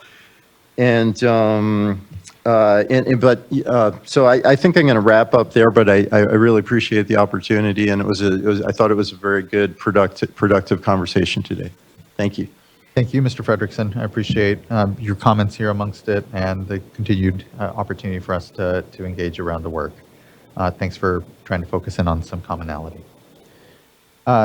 Next, let's go to our virtual speakers, which we still have a number of folks hanging on the Zoom platform, and appreciate those who are participating remotely for pushing their comments here to the tail end. So next and first, we'd like to call up Nick Jocelyn. Be followed by, I think, David Webb, and then Doug Mann. Hi, my name is Nick Jocelyn. I'm a fifth generation resident of Siskiyou County, raising a sixth generation right now. My family ranched for 160 years on the Little Shasta River. We caught fish in the Little Shasta River. I used to swim in the Little Shasta River. It's now dry every summer. There are no salmon. We had to sell our 1,300-acre home ranch to the neighbor who only wanted the water rights. So our place in history ended in the Shasta Valley. We still have property outside the Shasta Valley that we lease to our neighbors. It's operated to graze cattle on. I'm not anti-ag or anti-cow. I know how hard it is to ranch in this area. I've seen my family's legacy and traditional way of life end, and it has not been easy. I understand the fears and concerns of the ag community.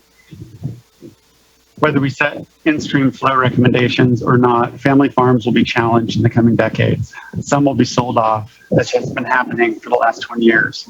The availability of water is what limits all future agriculture in these valleys.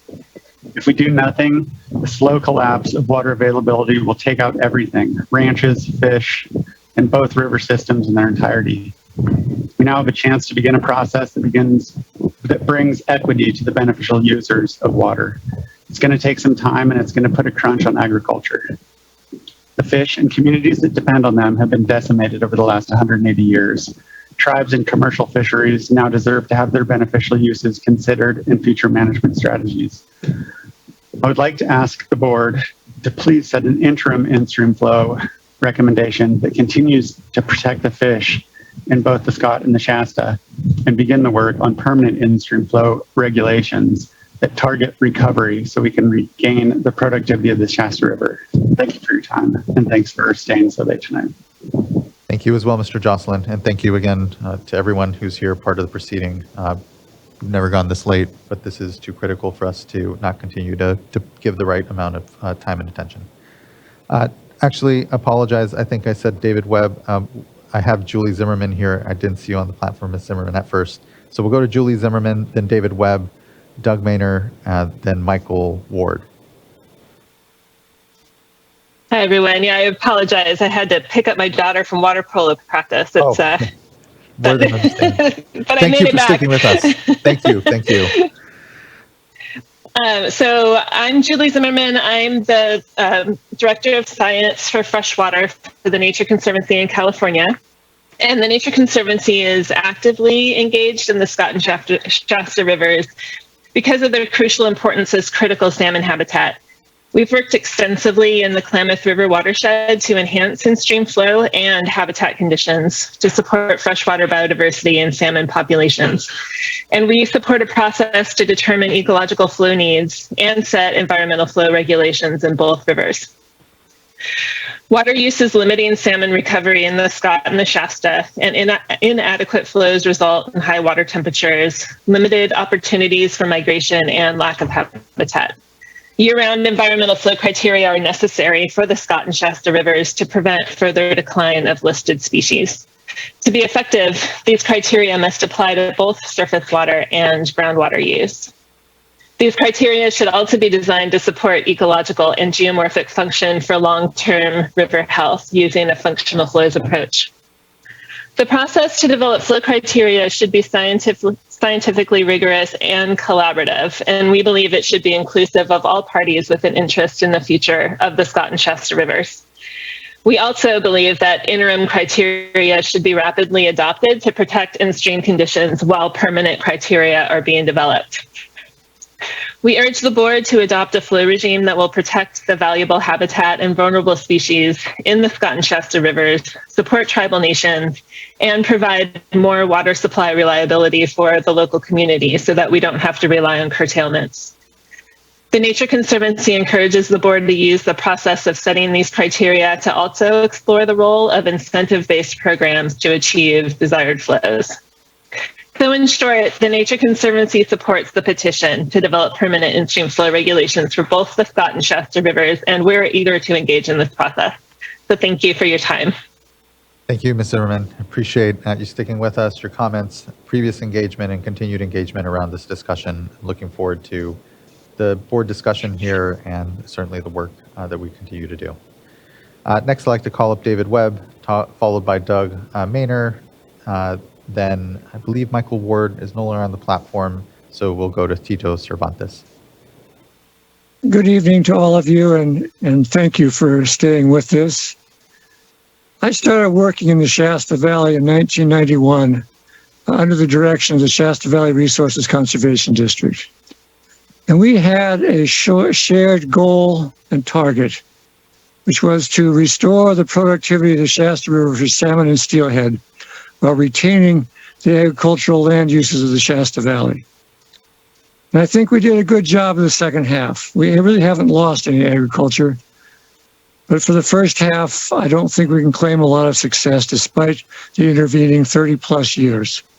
And I continued working with the RCD and for the RCD after that for 25 years. And in that time, we did try to get people to really have a commitment and faith and belief in the system, but we never came close to what you were able to accomplish with the stroke of a pen in 2021 when you created the curtailment. And as you heard today, by the middle of 2022, agri was up and running. The people in the Scott Valley loved fish and wanted to do all they could to protect them. And shortly thereafter, the Shasta Valley was doing the same things. Sounds like kind of a deathbed conversion. And I think we know that those sorts of things don't tend to stick once the threat goes away. So it's really important for you to recognize that, yes, the curtailment really, really worked. It worked for the fish. It gave them an in-stream flow in the fall, as it was initially intended to do, that allowed the fall Chinook to come in to spawn. It worked for the aquatic organisms. It gave them a river that was alive through the entirety of one of the worst drought years on record. And it worked to motivate the people in the Shasta Valley and the Scott Valley to recognize that in-stream flows is no longer something to guffaw about over a beer. It's real, it's going to have to be met, and you did that, and you ought to be proud, and you've got to stay the course. As you know, the Shasta Valley has water master service that is near universal in terms of the water that's diverted. And the water master does a good job. I like her, I trust her, but we have to recognize that she herself lacks the authority to do anything other than attempt to dry up the river, consistent with our extremely antiquated 1932 adjudication, which allocated more water to agricultural use than ever existed or could exist. Given that, the authority and more importantly, the responsibility to protect aquatic public trust resources are dependent upon by tribal and coastal communities and valued non-consumptively by even more of us is you, the State Water Resources Control Board. we're counting on you. And we have to recognize that public trust resources don't stop with huntable or fishable species. They include a living river itself, whether it's navigable or just a river. They include the aquatic organisms that rely on that river and all the animals that rely on those aquatic organisms. We can't limit ourselves to just meeting the immediate short-term needs of a few iconic species and still meet our public trust responsibilities. In 2021, DFG made it clear that 50 CFS was not adequate to preserve and fully protect the salmon needing to utilize the Shasta River. But it did let us squeak through a major drought, and for that we are all truly, truly grateful, and thank you. And the immediate dewatering of the river after the curtailment ended, when it dropped by 64% from 54 CFS to less than 20, makes clear that in-stream flows need to be defined so they can be reliably protected via existing management processes and not left to only an informal, hope for the best approach. I think we can all recognize that voluntary measures are the best first step to take to meeting mandatory in-stream flows. But when they prove to be inadequate, which they may well, since no one is even attempting to target the 55 CFS that wasn't quite adequate, mandatory measures need to be there to back them up. At the same time, we need to recognize that our collective and long-standing failure to protect public trust resources has left salmon, in particular, with greatly reduced and fragmented habitat.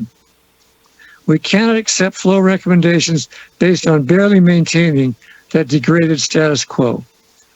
Please look at our written comments that included regional water quality's assessment of the water quality benefits that 50 CFS yielded that we did not see when they looked at the data available for the 30 CFS recommended by Mr. Podlick. Improved water quality will allow salmon to reoccupy habitat currently denied to them by high temperatures. Ultimately, we must recognize that water resource sharing is badly out of balance, and we need to make the difficult corrections to reverse that. There's another less obvious but equally compelling need to establish an in-stream flow regime. The Sustainable Groundwater Management Act mandated that groundwater be managed in part so as to not adversely affect or impact surface flows. But without a definition of what those surface flows should be, that component of sigma cannot be reliably met in the Shasta Valley, in which the entire river is effectively a groundwater-dependent ecosystem. During the curtailment, we all saw the disproportionate impact on surface flows water users were able to accomplish.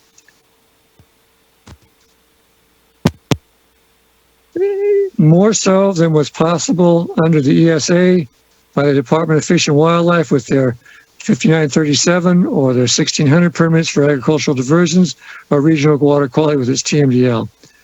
Friends of the Shasta River strongly recommends and requests that you initiate the flow setting process as soon as possible for both the Scott and the Shasta Rivers.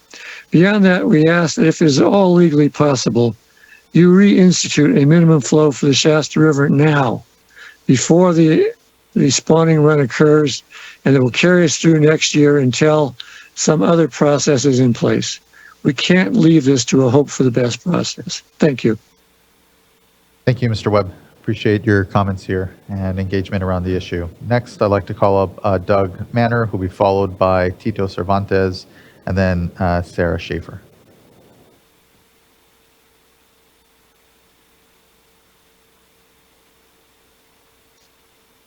Good evening, ladies and gentlemen of the board.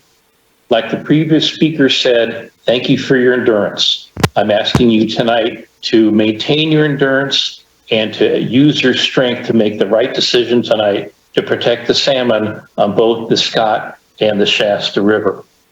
We urge the board to adopt the Current Tribe and the Environmental Law Foundation's petition to protect the salmon, which are struggling to survive and often dying due to inadequate water flows and pollution.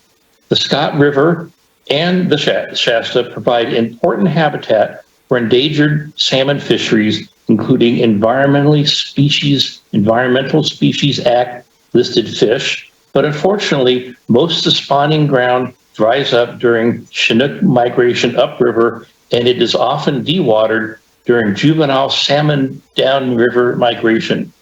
That can't continue. How can you have a river without water?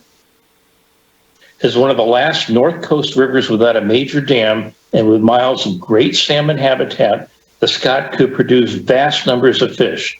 But pollution and overpumping by agricultural interests have left it with just a pittance of its historic fish populations. As we all know, the salmon season was canceled this year due to heavy agricultural water use and previous decisions permitting California's rivers to be dewatered, and our salmon are in crisis mode. The closure of the salmon season is a disaster that cannot be repeated, and you have that responsibility before you tonight and that duty. Some of the damage we've heard about as it relates to closing of the salmon season and the carnage that the salmon had suffered include cultural impacts that affects the local tribe's ability to include salmon in traditional ceremonies. And as Chairman Atterbury and Councilman Hackaday noted, this is extremely significant to the Native Americans. Also, there are economic impacts that affect the salmon fishing industry and the current tribe, social impacts that affect economically distressed and depressed communities that are impacted by the loss of the fishing industry, again, including the tribes, financial repercussions, and environmental impacts. We've not heard enough about that tonight, but think about it. Losing the salmon, which is a keystone species, disrupts the entire food chain. These salmon are a major source for many food species, including the federally endangered southern resident killer whales. A previous speaker called this an extinction event. It can't get more serious than that. The time to act is now. To ensure this doesn't happen again, the board needs to take action to prevent the Scott and the Shasta from drying up in the future. So we request the board to adopt the current tribe's petition in its entirety, including 1, establishing minimum flows based on CDFW's 2017 flow criteria with consideration of higher minimums as hydrologically appropriate. Trust your scientists, rely upon them. We've heard a lot of opposition, a lot of articulate folks speaking in opposition to the science behind CDFW. Ask yourself what's motivating them. Not science, they're motivated by financial and lifestyle concerns, and those are legitimate and they're real, but they're not science, and that's not something you can rely upon when you evaluate the damage to fish. Second, we ask the board to adopt the petition and support mandatory monitoring and information to demonstrate compliance and refine modeling. 3, mandatory groundwater pumping limitations, both within and without the adjudicated zone, sufficient to adequately protect high groundwater levels and maintain stream connection during the summer and fall. And as we've heard tonight, overpumping is a major problem here, and this is one concrete way that you can resolve that. 4, maintain the emergency regulations prohibition on inefficient livestock watering. Please do not delay your decision pending some amorphous collaboration that may or may not occur over at some point down the road. The salmon are waiting for you. The status quo isn't working. Thank you for your time. Thank you, Mr. Manner. I appreciate your comments and engagement at this late hour, I know. Next, I'd like to call up Sarah Schaefer, who will be followed, I believe, by Glenn Spain. Apologize, it's Tito Cervantes. Sorry, Mr. Cervantes, I scrolled down on my list already. After Mr. Cervantes, it'll be Sarah Schaefer. Mr. Cervantes. Thank you, Chair and board members. Buenas noches. We're in the real late night today. I heard about the hearing and wanted to share some information. Tito Cervantes with the California Department of Water Resource, manager of the Land and Water Use section in the northern region. the department has two top priorities. One is to manage the state water project.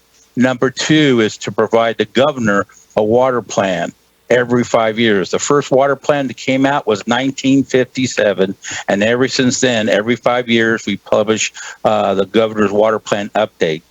The Shasta Valley acreages, irrigated acreage, has ranged from 40 to 44,000 acres since the 60s to present. Scott Valley has ranged from 30,000 to 33,000.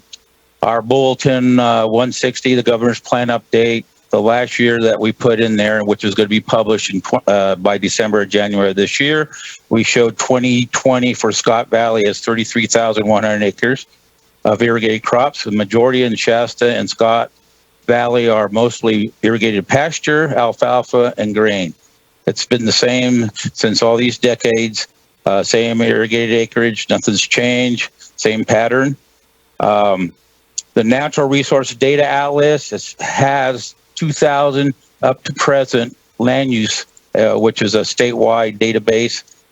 If you want anything older than that, Northern Region Office has a lot of the information. Instead of producing acreages every 5 years, we are now starting to produce it yearly because when we know how valuable the information is. 16, once it was done, we published it. We're going to release 2021 and 2022 this year. We just got finished ground truthing Scott Valley and Shasta Valley. Good information. A lot of things have changed a little bit, but the irrigated acres are the same. We are just want to report the acreages and the information that we have. I appreciate the time. Thank you. Thank you, Mr. Cervantes. I appreciate your participation in this and always the collaboration with DWR across this work. I know that there'll be continued role in work and discussion, so I appreciate the engagement here today. Next, I'd like to call up Sarah Schaefer. Hi. My name is Sarah Schaefer. I'm the environmental director for Quartz Valley Indian Reservation, which lies within Scott Valley. In a 1980 status check of coho salmon in the Pacific Northwest, it was found that these salmonids were extinct in the eastern portion of their former range and badly depleted over most of the western half. That's Conkle and McIntyre, 1987. In a 1990 review of coho salmon in California, it was determined that populations were only at 6% of what they were in the 1940s, with at least a 70% decline since the 1960s, and they qualified for listing as a threatened species under the state law and likely qualified as endangered species under federal law. Brown et al., 1994. More recently, in an ominous warning by a scientist at UC Davis in 2012, it was predicted that salmonid fauna in California was on the verge of collapse and that 25 of 32 native taxa will likely be extinct or extirpated within the next century. Katz, 2012. They also concluded that impacts from groundwater extraction, silted flows into streams from farmlands, flow restricting diversions, and pesticides contributed to some of the highest impacts facing the survival of salmonids. Some of these same scientists, in an attempt to clearly distinguish what types of impacts are most harmful to salmon, suggested that agriculture is not necessarily a problem if it is not pervasive within the watersheds and not causing significant changes to the aquatic environments. This is what some are suggesting here today, which is a false interpretation of the fact in science that intensified agriculture and groundwater extraction has dramatically increased since the 1970s in Scott Valley and is causing significant and altering impacts to a groundwater-dependent ecosystem. Groundwater researchers from UC Davis in 2018 suggested that in general, years of higher flows are associated with higher groundwater levels, but that more data, information, and analysis are needed to understand the specific details of the groundwater hydrology for the Scott River system and its relationship to surface water. as presented by some of the researchers in 2023, it's getting far more difficult to be a salmon in the Scott River. But the early cessation of irrigation may provide increased benefit to the survival of fish. Cuba 2022 PhD dissertation defense.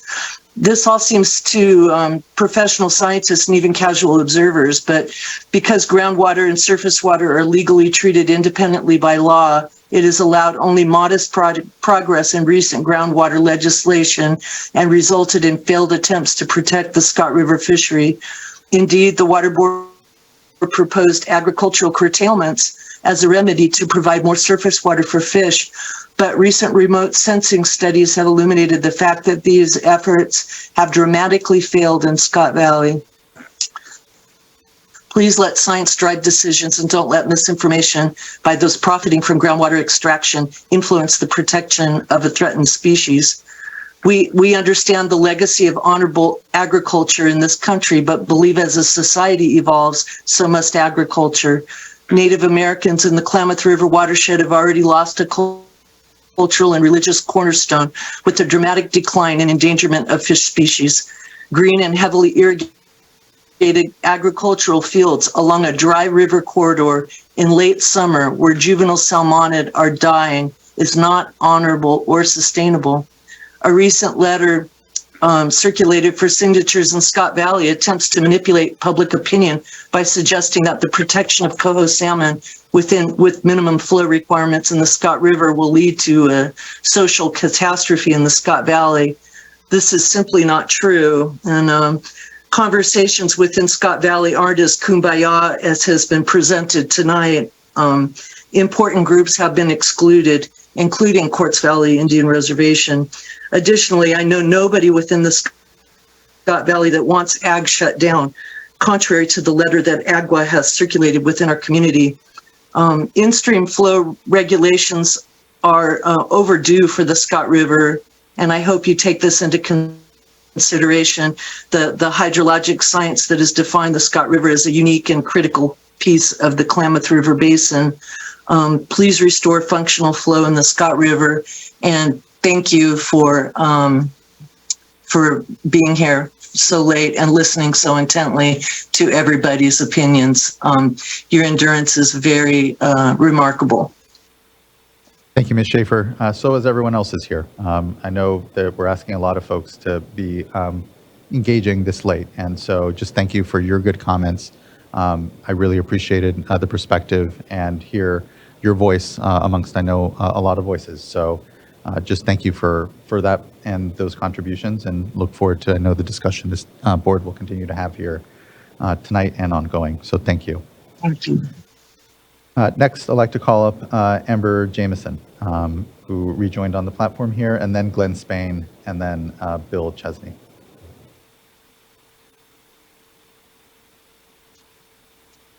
Thank you so much for having me. Good evening, Ms. Jameson. Thank you. I think you're coming in a little in and out. If you want to go ahead and turn off your video and just focus on the audio, it might be helpful. Thank you. I've tried. Sorry, I've been on the road. We're actually on our way to a meeting in Shasta. And okay, great. We can hear you now, though. Got a late start because I was trying to make public comments earlier. Okay, so I just wanted to say thank you for giving us this opportunity and acting swiftly by adding the Shasta River minimum flows to today's agenda, which I support in addition to the minimum flows petition on the Scott that the Kuduk tribe has brought forward. I think it's incredibly important that immediate but temporary flows be put in place as soon as possible while permanent flows are determined.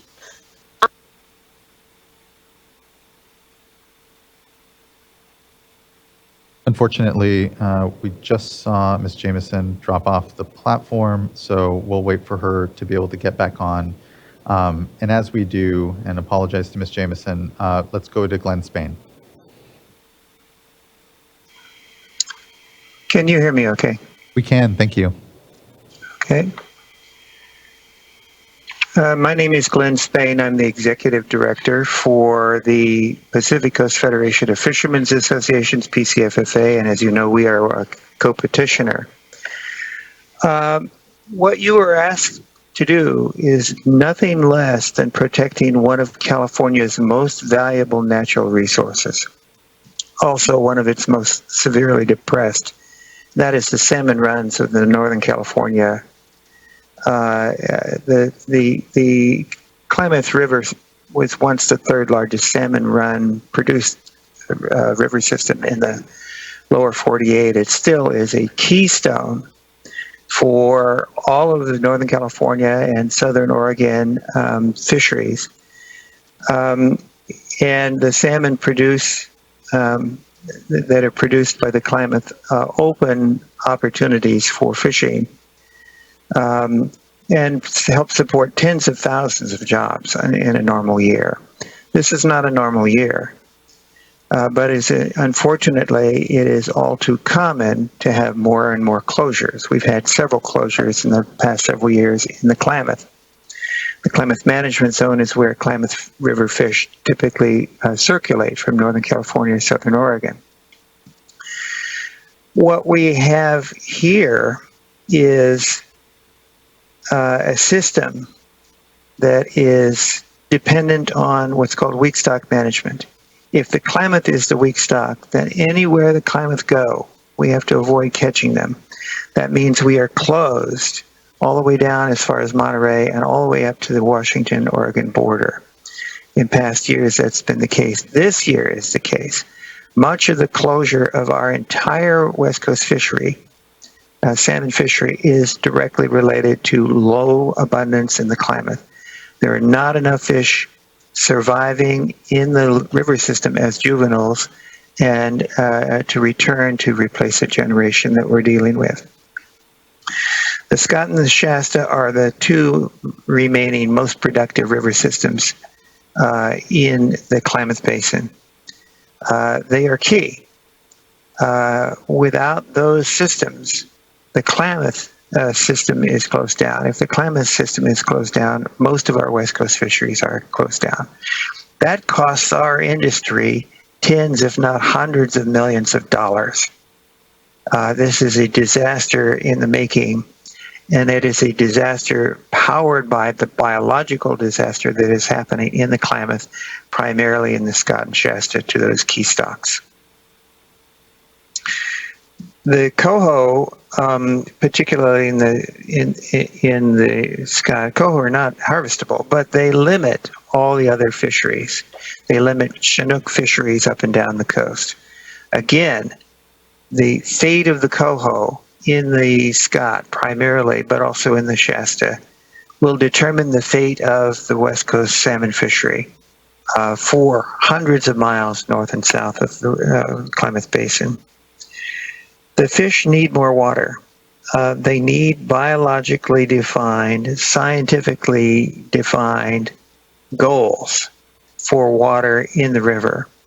It's true that water alone won't satisfy, but without water, there is no other option. There is no other thing that you can do in the river to help the fish without the water there to allow the fish to be there and to exist and to swim where they need to be. It's just setting a minimum goal. Without that, you have the conflict you see today. Without that, it's like a football game with no goalposts and no rules. You can't operate a system to restore any system without goals. So what we're asking basically is set those goals.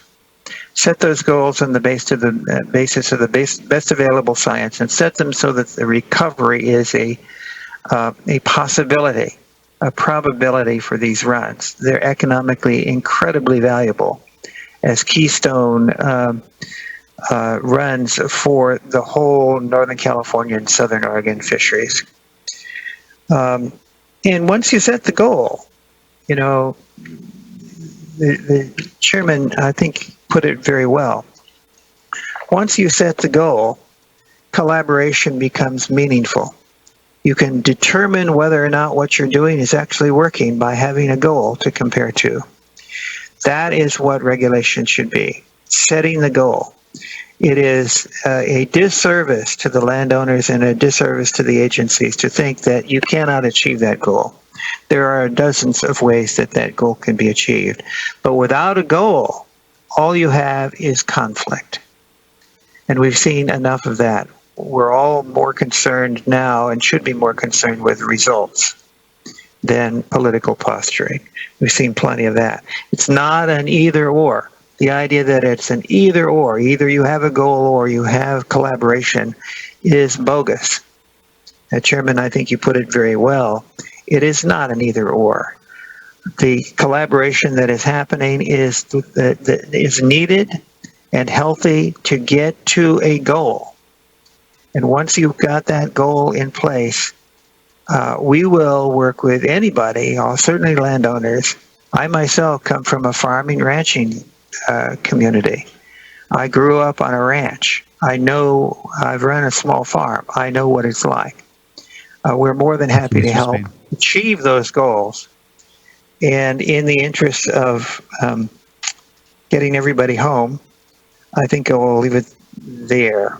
But I am inspired with all the efforts that have been done by landowners, and we need to continue that, and we will. Thank you for that, Mr. Spain. I appreciate those comments and, again, engagement and a long discussion today, and ongoing discussion I know that we've been having before today as well. So thank you. Next, I'd like to go to Bill Chesney. Apologize. I'd like to go back to Amber Jameson. Ms. Jameson, I apologize that we lost you there. But after Ms. Jameson, we'll go to Bill Chesney.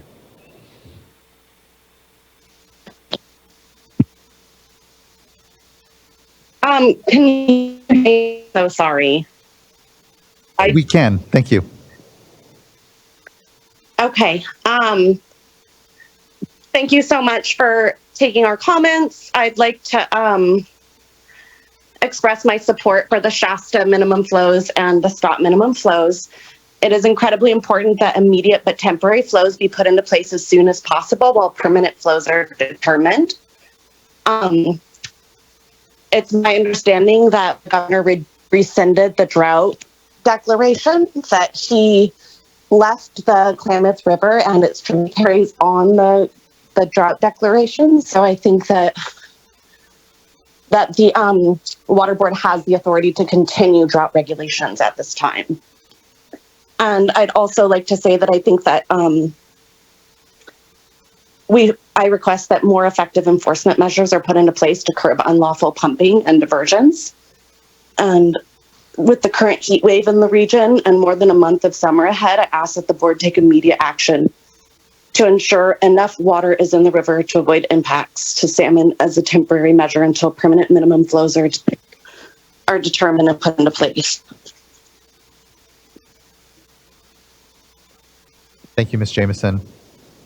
I don't know if there was anything further in your comment. I think you may have had, thank you. Next, I'd like to call Bill Chesney, who will be followed by Rod Dowse and then Vivian Hallowell.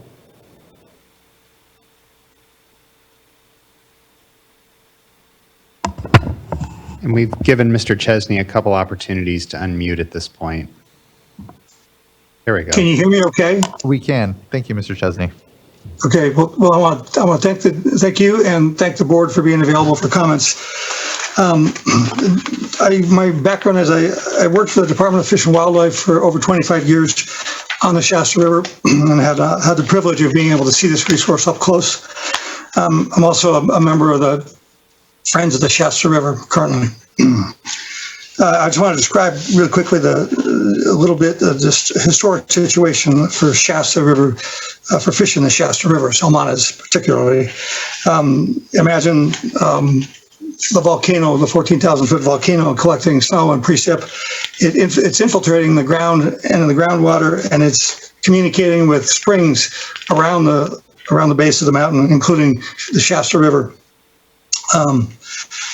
These springs have a transit time of almost 40 years in some case from the time it falls as snow to rain. So you have this buffered reaction to drought and changes in flow. So it creates a 250 cubic feet per second summer flow in the Shasta River. That's estimates of unimpaired flow that are done currently. You have spring-fed wetlands on the main stem Shasta River. You have spring-fed wetlands on Parks Creek that are ideal for rearing coho. And these wetlands are in the vicinity of spawning habitat as well. You've got oversummer habitat for coho and for steelhead species that require extended freshwater life history.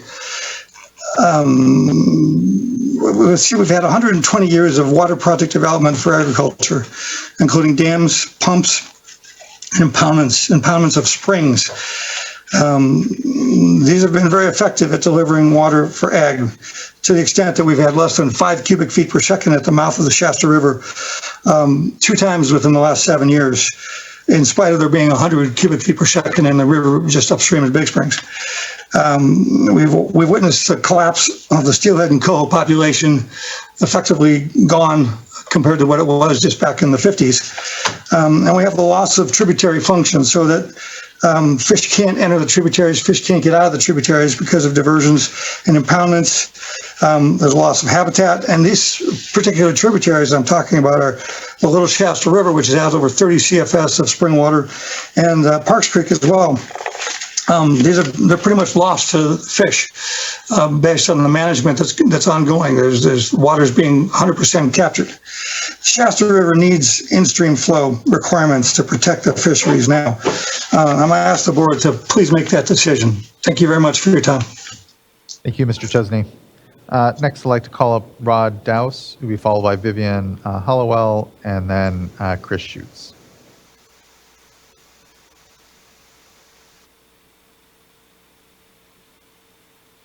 Hello, this is Rod.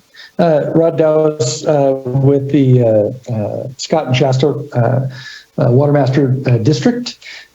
Just a little bit of background there. The Scott and Shasta Watermaster District is the court-appointed watermaster for the appropriative right within the adjudication, the decree on the Shasta River, as well as French Creek and part of the Scott River watershed.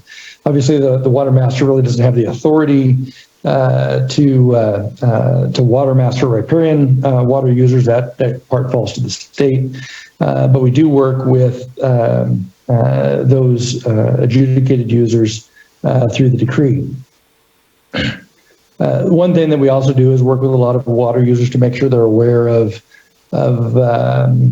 upcoming regulatory and legal compliance issues. Ultimately, our charge is to manage the priority system within the decree. So the Watermaster District here started actually in the 60s when DWR was providing Watermaster service. The Scott and Shasta Watermaster District took over from DWR in 2012. And at that point, we continued to maintain the 20 CFS that DWR had historically managed the Shasta for at the Montague gauge. In July, prepping for lifting of the curtailment order, the board at one of our regular meetings worked to adjust that. So rather than managing for 20 CFS plus or minus at the Montague Weir, we changed to managing for up to 35 CFS based on some of the water rights that are available downstream of the Montague Weir.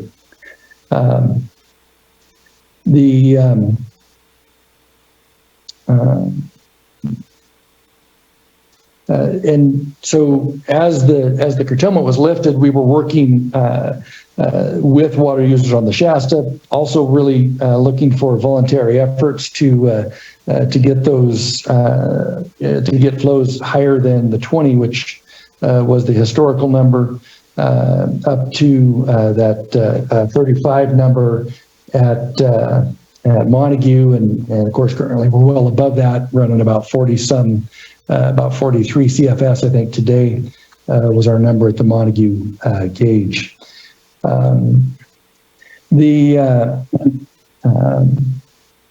Obviously, working with and with advice from fisheries management folks to help come up with solutions on the river as far as needed flows. The water master ultimately only has the authority to manage those adjudicated flows as far as priority and keeping that going. The one thing that I would note, of course, which was maybe a misnomer noted earlier, is that the water master district manages to run the river dry, which obviously isn't the goal of the water master district.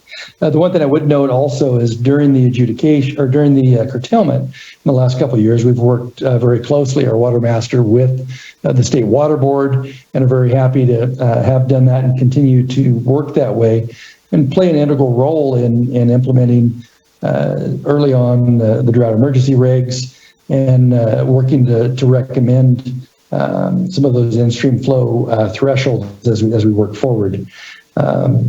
Obviously, the water master working directly with water users again, really looking for some voluntary efforts through different water users in the area, and that's helped us through that voluntary effort to increase flows again above the historical flow level that's been managed for. And obviously, we also work and do a lot of outreach, not only with irrigators, other stakeholders, local partners, obviously agencies, and really, plan to continue to work to help come up with viable solutions towards, management of the river, and generally, obviously, have that concern for the fisheries resource, which is vitally important to all of our stakeholders throughout the area. The other thing that we also will continue to do is to work with water rights holders in maintaining in-stream flows, working for also to help manage any 1707 petitions which happen to come up in the river, to help make sure those flows are reaching their determined endpoint as best we can in that end. The other thing, particularly as we start to head into the fall season, the water master's been heavily engaged in helping to help manage and facilitate the fall flow programs, as we have done for many years, where you'll see flows in the Shasta River increase dramatically throughout the month of September as they're prepping for in-migration of salmonids.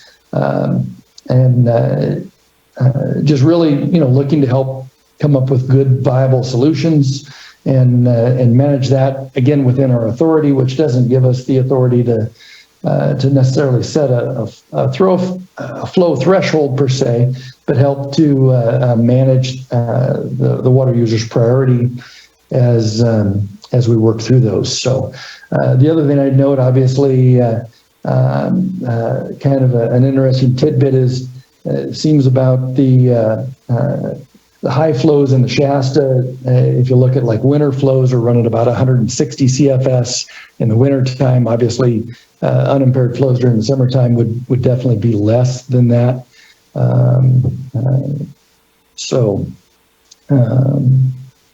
Ultimately, I don't know that I have anything else to add. Short of, our goal is to continue to work with water rights holders, work with the state water board, and all the other stakeholders to help come up with viable solutions, ultimately to help increase and grow our fish runs and help for our community stability. So thank you for your time, and appreciate the opportunity. Thank you as well, Mr. Dowse. Appreciate your time and opportunity and patience here, and the work of the Water Master's Office. I know it's been a good collaboration with our folks here, and continue to appreciate the work across all our respective agencies and jurisdictions, and just really appreciate, I know, the on the ground, on hands work that you do here within the community and working with us as well. So thank you again, Mr. Dowse. Next, I'd like to call up Vivian Hallowell, be followed by Chris Schutz, and then I believe it's Cynthia Cortez.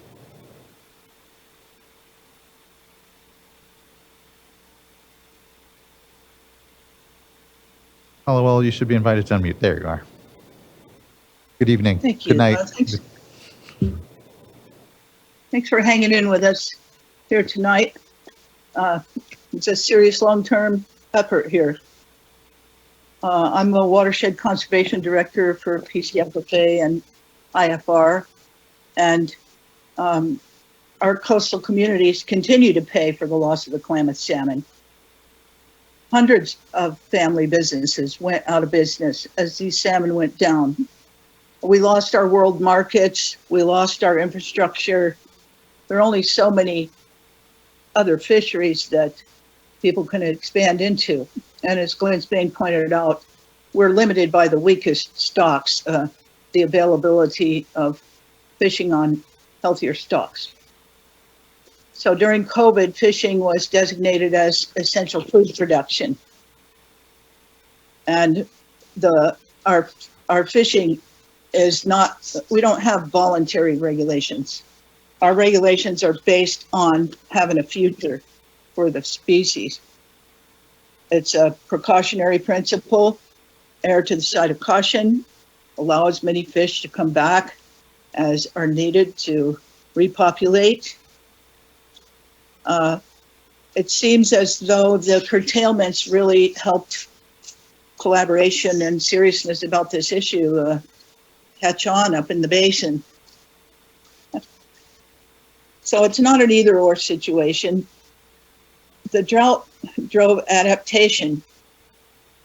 I heard two officials say that people are still growing the same amount of acreage in the Scott Valley during the drought and through the drought and to today, even during the curtailments.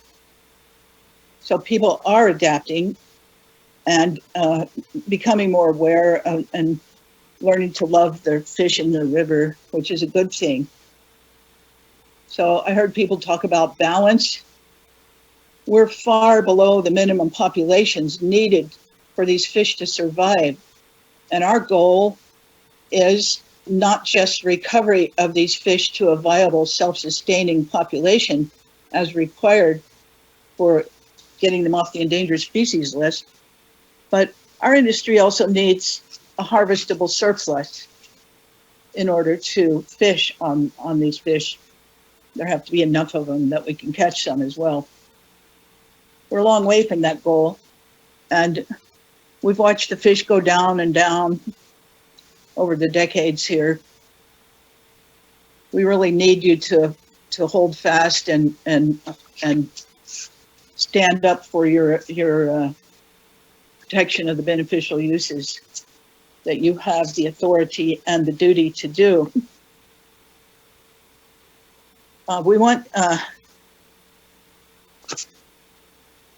So I just want to quote the CDF forester from 1985, Jerry Partain. He said that the best way to manage our natural resources base is so that the beneficial uses will continue for future generations. And that's what we're looking for, is to have these fish really recover and be a robust population, not just hanging on year to year. It's a task that will take a lot of different factors. And if we could start with just the minimum flows needed to have the temperatures required for the TMDL. There's a TMDL in the Scott River. Those temperature standards can't be met when there's zero water. It's too hot. So we'd appreciate it if you would support these minimum flows until we can continue the collaboration and the science, find out how much water is actually being taken out of the basin, out of the river, through the connected groundwater, and start with just the bare minimum that we need for recovering these fish, which is actually not just a minimum, but we need optimum conditions for them. So they won't just be hanging on year to year. Thank you. Please support our petition, and I'm done. Thank you. Really appreciate it, Ms. Hollowell. Thank you for your comments and hanging on here and providing your perspective. Appreciate your contributions to the discussion. Thank you. Next, I'll go to Chris Schutz. Good evening, Chris Schutz with the California Sport Fishing Protection Alliance. I'd like to start by thanking the Karuk Tribe, PCFFA, IFR, and the Environmental Law Foundation for bringing this petition forward and getting this process started. You are not deciding on flows for the Scott and Shasta River tonight. You're deciding whether or not to adopt a regulation. CSPA supports the development of regulations for flow requirements for both the Scott and Shasta rivers. Whether it is one or two processes is for the board to decide, but the process or processes should have a timeline and should move quickly and should distinguish between interim and permanent flows. So if there have to be separate processes for establishing interim flows and for longer term flows, the board should lay those processes out clearly. A regulatory process does not preclude conversation. On the contrary, it makes conversation serious. As Mr. Kane framed it, you need a backstop. I'd frame it, you need a forcing mechanism. A time-bound process makes the forcing mechanism all the more compelling. There are a lot of good ideas and projects out there, and they are being pursued more seriously than ever because you required minimum flows during the drought and because this petition has been filed. Conversations are good and can help make a better outcome, and I actually believe that they will. Yet at the end of the process, there have to be rules that are clear and enforceable, and they have to recover fish. There's an enormous opportunity in the Klamath watershed with the dams coming out. It is not just a matter of enhanced passage. It's also a question of greatly improved Klamath River water quality. This makes both the urgency and the opportunity for the Scott and Shasta rivers all the greater. In summary, please move quickly to set forth and publicize processes for developing regulations, both interim and long-term, for the Scott and Shasta River watersheds. Thanks very much. Thank you, Mr. Schutz. Appreciate those comments. I believe Cynthia Cortez had asked to speak at one point, but I believe she's withdrawn her desire to comment currently. So she is still. Okay. Oh, good. Yes. Ms. Cortez. I'm still here. Okay, you are. Thank you. Hi, my name is. Yes. Thank you. Hi, my name is Cynthia Cortez. I am the policy analyst for Restore the Delta. Thank you, Chair Escobar and the board for giving us the opportunity to comment today. Many folks here have provided comprehensive comments. I would like to express our support to the Karuk tribe's petition for the adoption of flow standards that are backed by sound science in the Scotts River. When we think about the watersheds and tribal water rights and flow protections, what happens in these rivers has a direct impact on tribal fishing communities. You cannot restore fish population without prioritizing adequate flows within the system. And I would just like to keep my comment brief. Like I said, many of the folks here have already provided very comprehensive comments. So thank you so much for the opportunity to comment today. Thank you for your comments and patience. Again, I know, I've said it before, but it's been a long meeting, and just reiterate my thanks to you as well. So thanks for your comments, and short or otherwise. So thank you. Next, I'd like to call up Drevitt Hunt.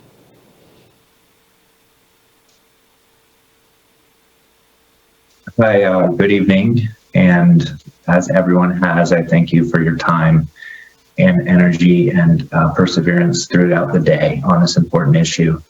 I am Drevitt Hunt. I'm legal director with California Coastkeeper Alliance. I want to echo and reiterate comments made by others, including Conrad Fisher, Paul Wilson, Craig Tucker, Dave Webb, Glenn Spain, most recently Chris Schutz, Bill Chesney as well.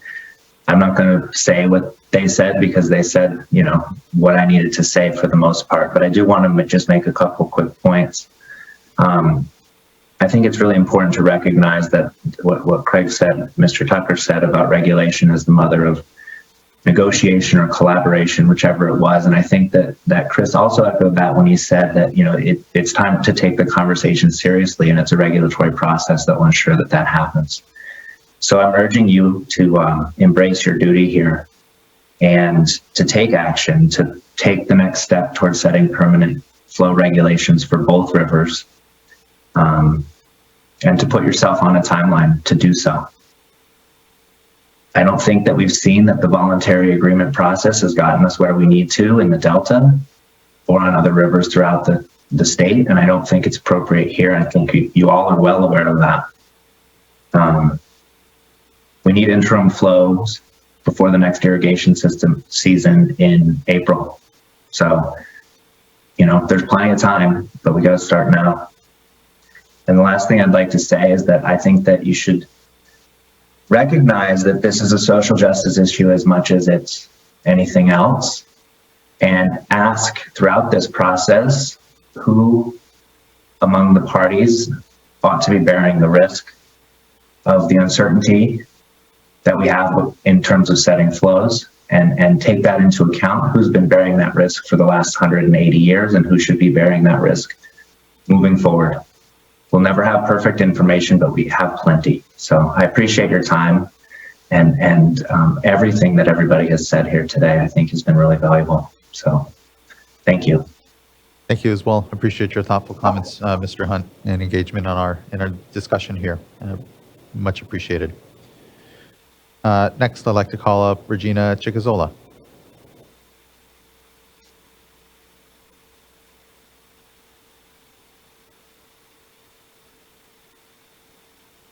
Hi. Hello. Thank you for having me. I did not realize that I was on the agenda soon. Thanks.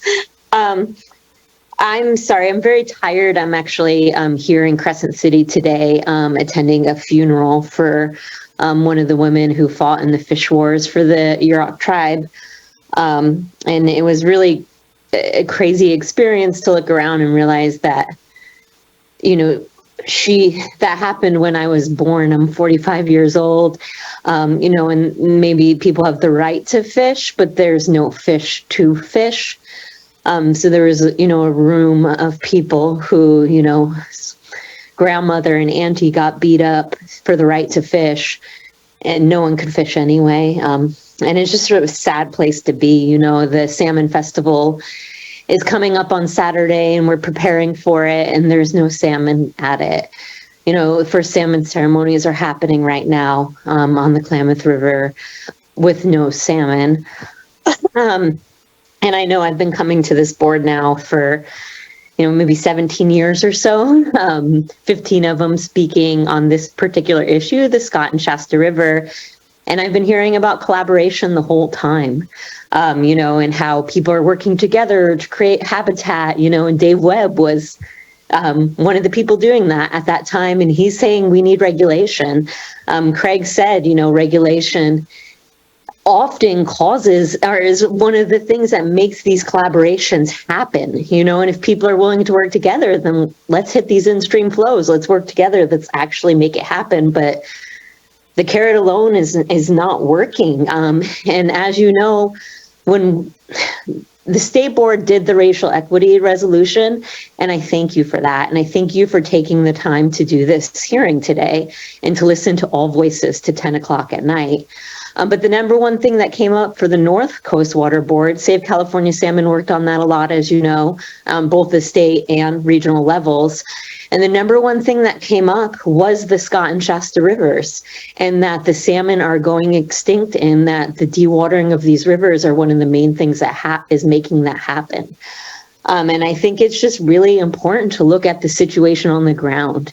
Is this a reasonable use to use this groundwater in the Shasta River, these cold water systems, for farming in drought years? Is it the best use of the water? Or is this going to be the board that lets the Klamath salmon, or the majority of the Klamath salmon, go extinct, and the coho salmon go extinct? Is that the best use of our water? What are the social impacts for the people who have been dealing with the impacts to their communities for decades and decades. I mean, it's time for some fairness here, and it's time for the board to make the right decision and to support the Karuk Tribe's petition, and to listen to the scientists and not be confused by everyone who was speaking, or a lot of the people who were speaking here today. I have a lot more that I could say, but my time is up and I want to respect everyone else's time. So please do the right thing. Please respect tribal beneficial uses. Please respect our communities, and please help save these salmon while there's still time, because there is not a lot. Thanks. Thank you, Ms. Chicazola.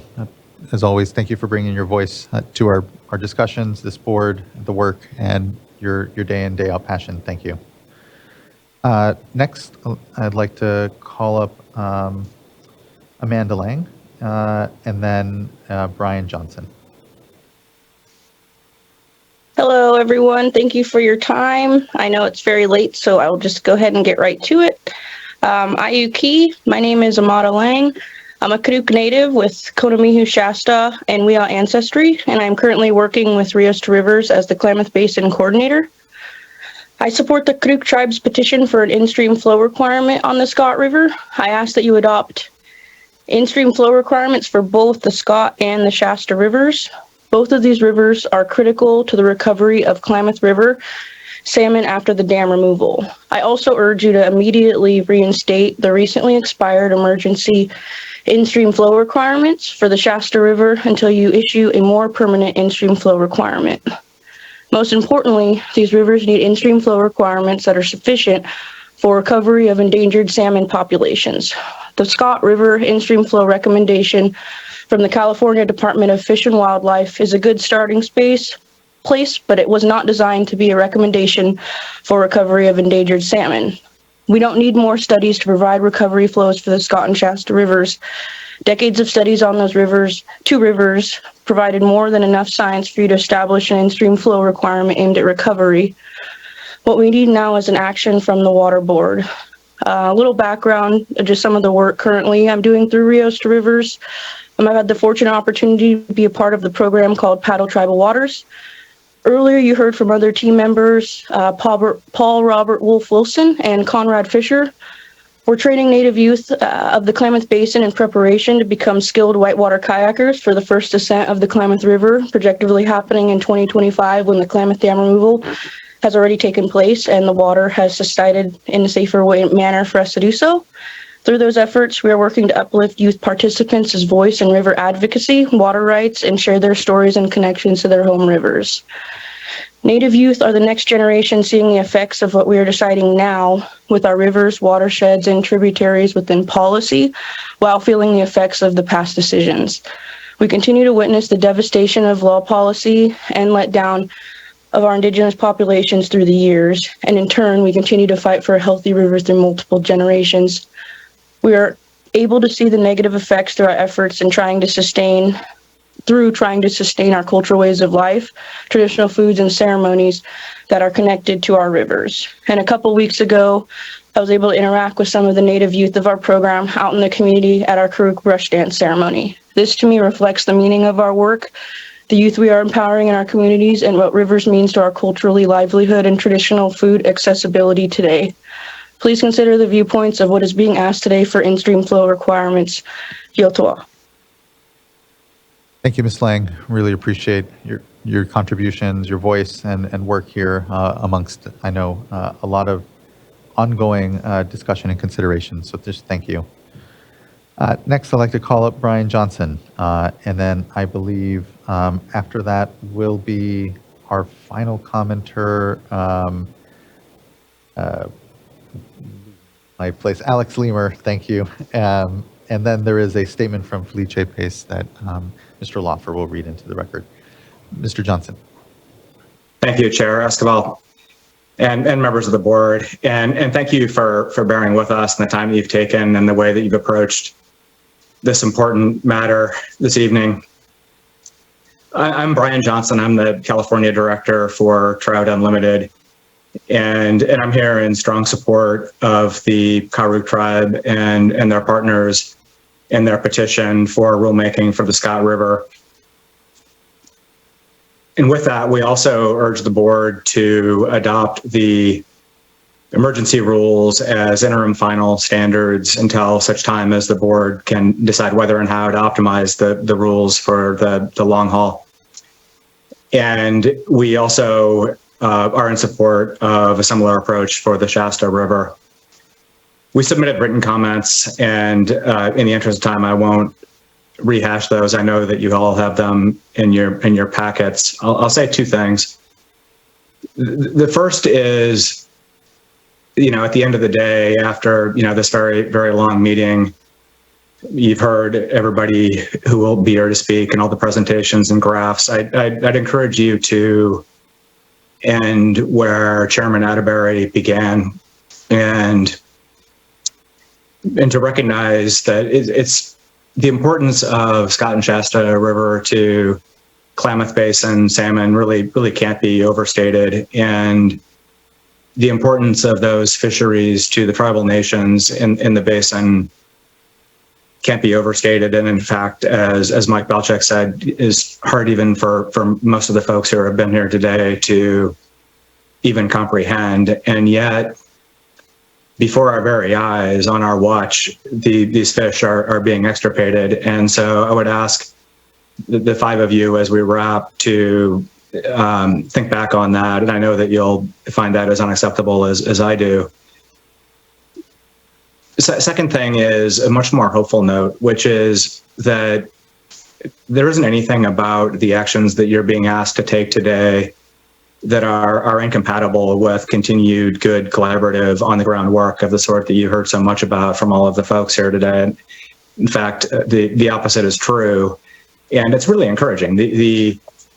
There's every reason to believe that these problems are solvable, and that as you move forward with your actions, the folks who are working there will find ways to meet the flow standards, exceed them, fully recover fish, and do it in a way that is really workable for the folks who live and love the Klamath Basin. Unlike a lot of places, fish recovery is fully achievable in the Klamath. There are amazing things happening all the way from the headwaters in Oregon, hundreds of miles upstream, where my organization has a big program, all the way down to the mouth and to Requa. And this is achievable, and it can be done.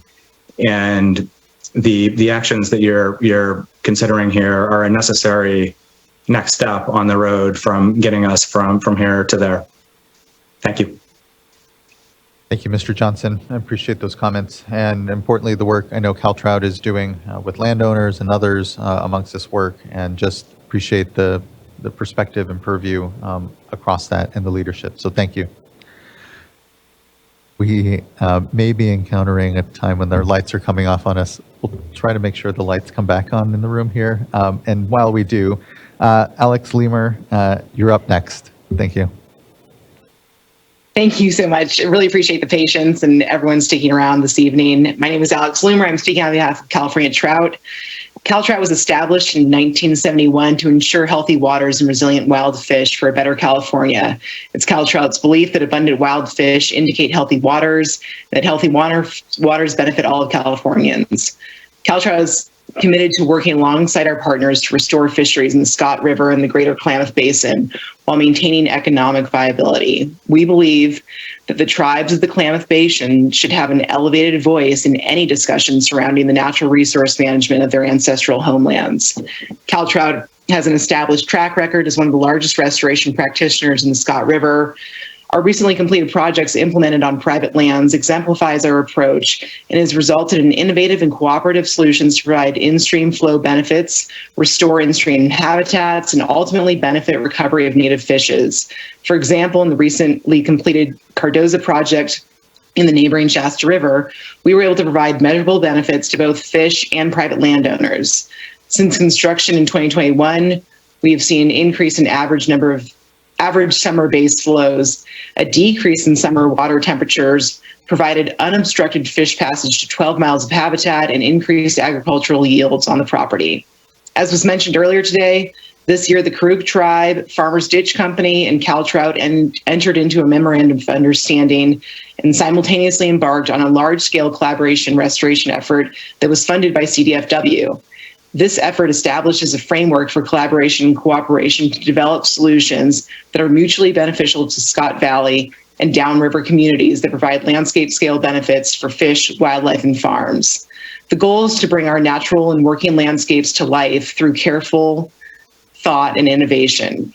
This project will balance the economic viability of the working landscape while restoring fishes through improved fish passage, improved aquatic habitats, and increased in-stream flows.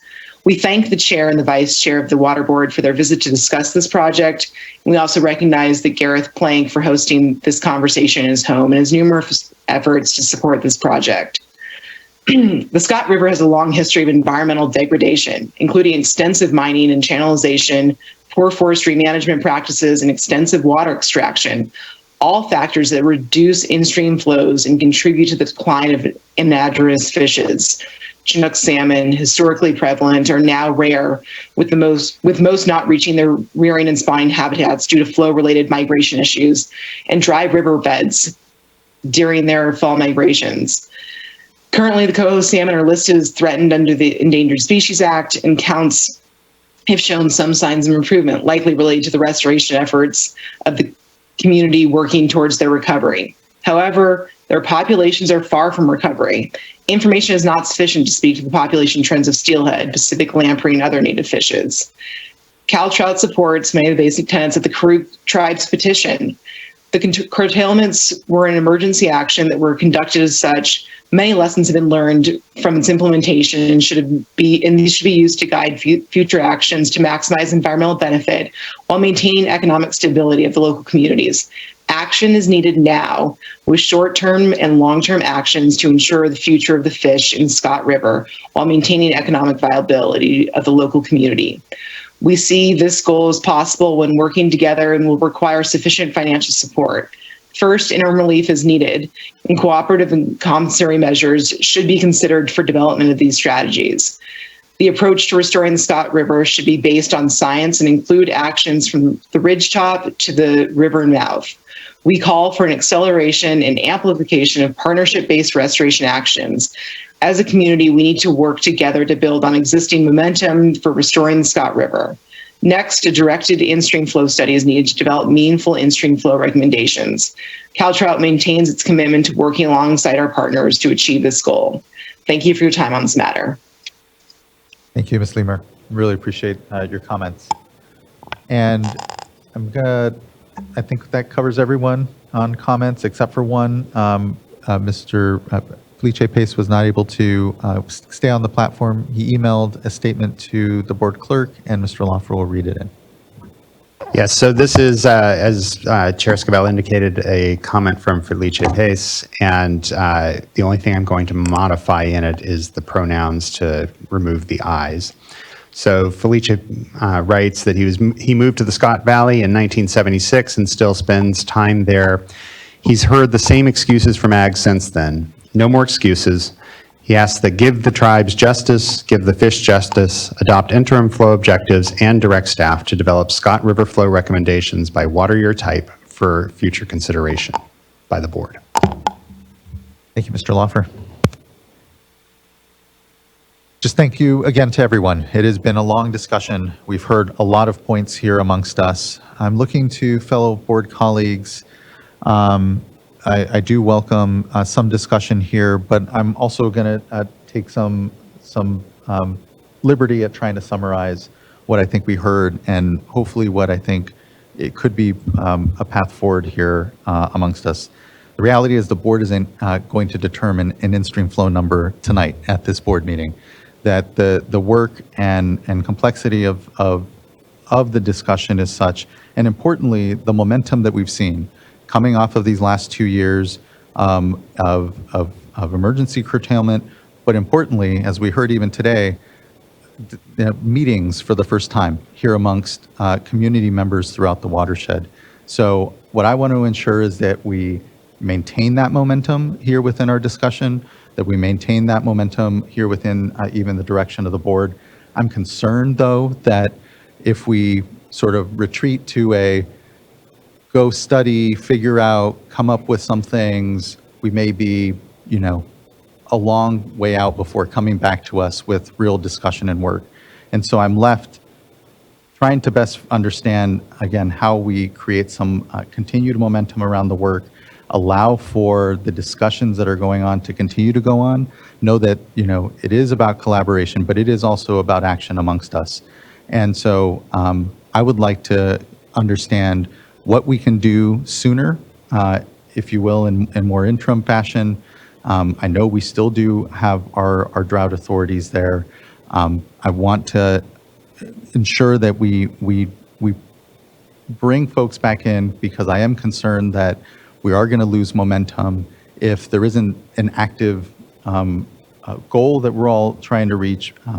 And I've heard the disagreement around the belly scraping flows that were already offered, but if we can come to something that we can move on sooner and still develop and have discussions around what the long-term needs in the watershed are and how best to ensure that there's a scientific basis that we can all agree, I think that could be something that, again, allows us to have something sooner. Again, interim flows that are belly scraping, we can do sooner, but allow it to actually contribute to the greater discussion that we're having, so that we actually maintain the momentum that we've had the last 2 years and grow these opportunities to make sure that we're building consensus around how we continue to respond to what may not be hydrologically in this moment a drought emergency, but still yet a fish emergency,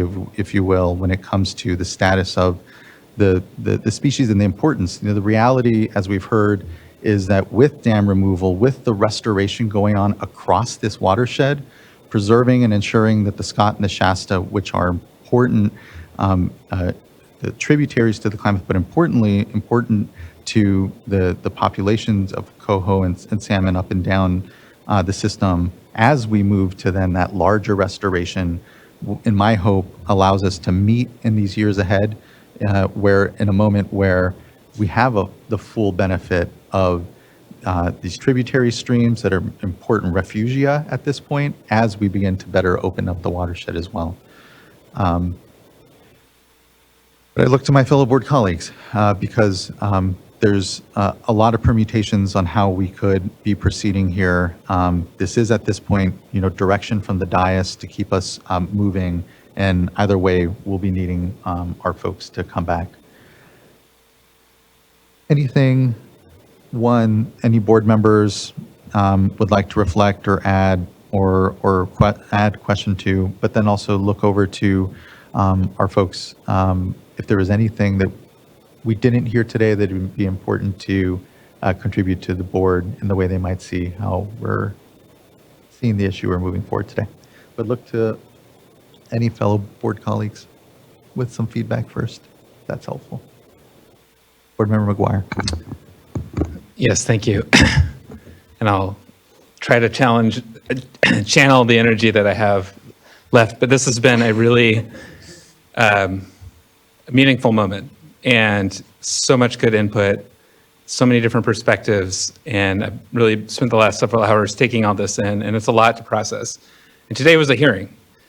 Today was an opportunity for this discussion, for us to talk about the current state of the fishery in the Scott and Shasta, the actions that have happened historically over the past several decades, and the work that we all think needs to come to really achieve what I'm hearing are mutual goals, which is a sustainable fishery in both these rivers.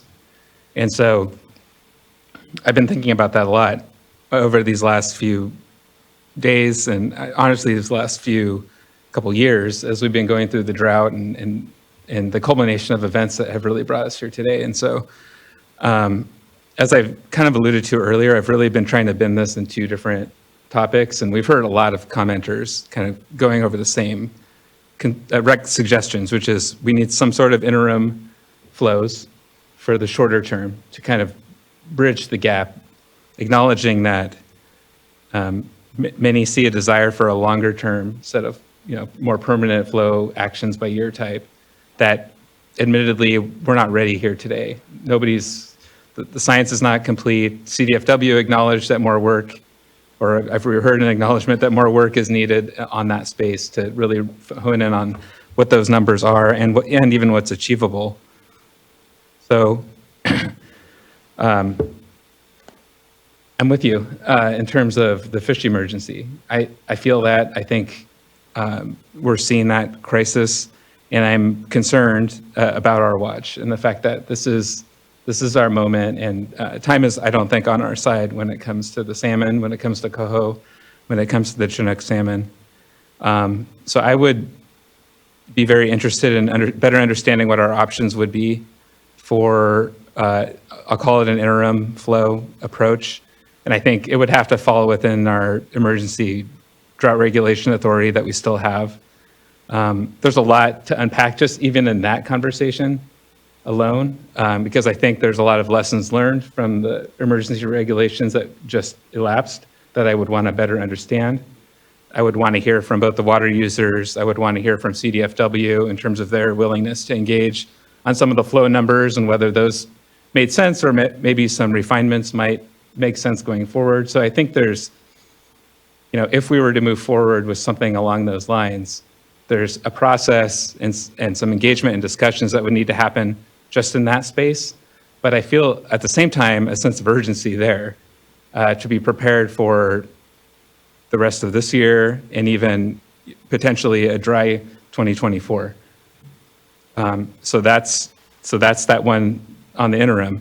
And then I would also support scoping out what those next steps would be for a longer term, more permanent regulation, recognizing that we heard a lot of willingness here to engage, to kind of get folks together, get the tribes together, the water users together. I'm so glad everyone had a chance to connect today in the overflow room, which is, by the way, is the Klamath room. So, yeah. And so let's continue that. Let's find ways to engage on the data, on the science, and in terms of figuring out what's possible and what's needed. So I couldn't identify what all those steps are, just to say that I would support figuring this out and having some additional meaningful dialogue about the long-term needs while we're moving forward with some interim action. Thank you, Board Member. Vice Chair. All right, I concur. And what I will attempt to do is maybe just add to it. I do have some thoughts, maybe more specific, but not definitive. So I'll just sort of throw out my thoughts.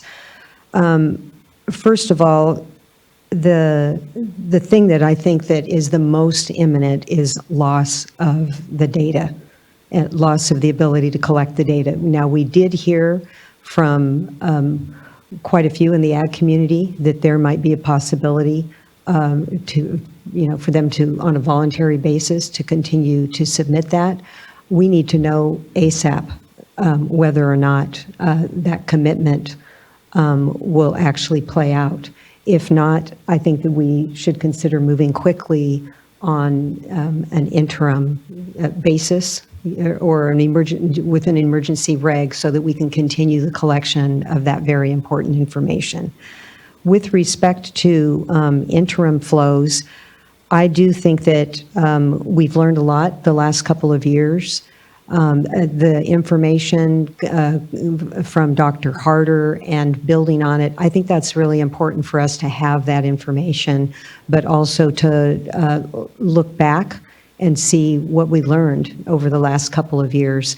I do want to, again, just for those that don't know, in year one when we adopted, I was concerned about the numbers and I expressed my concern, but I thought that it was important to, in the middle of a drought emergency, be supportive. But I did raise the concern that I was hopeful that we would have more information from Dr. Harder and his colleagues in the following year.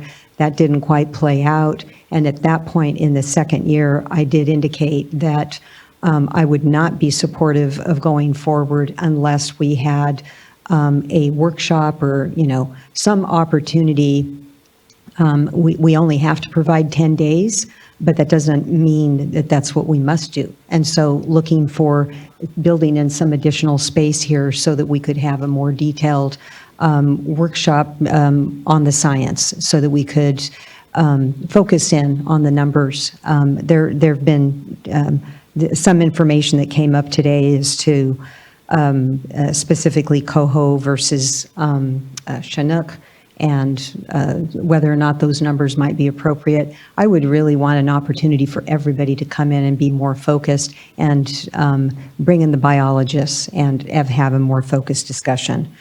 And then as far as, then there's the longer term action, but there's something in between also that I think that we need to hear from you all on regarding your thoughts.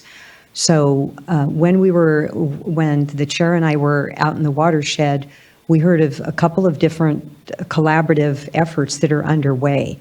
I'm concerned that if a certain number of groups go forward with what they think is a collaborative effort, somebody else thinks there's something else that's more collaborative or more scientifically viable or whatever it is. So I do think that we need direction soon. I agree there's momentum, but there needs to be some guidance for that momentum. I asked earlier about facilitation services, so I don't know if we need to be front and center on it, or if, if there's funds for facilitation services or what. And I'm also mindful of something that Conrad Fisher said, that, science shouldn't, necessarily be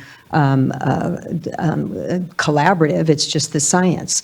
And so how to build in those good collaborative discussions that can lead to partnerships and other actions that can take place, building on the framework package that the ag community had with the participation from all the stakeholders. So that's what I think of, when I think of, collaboration that's guided by the science, not, trying to figure out what is a collaborative science.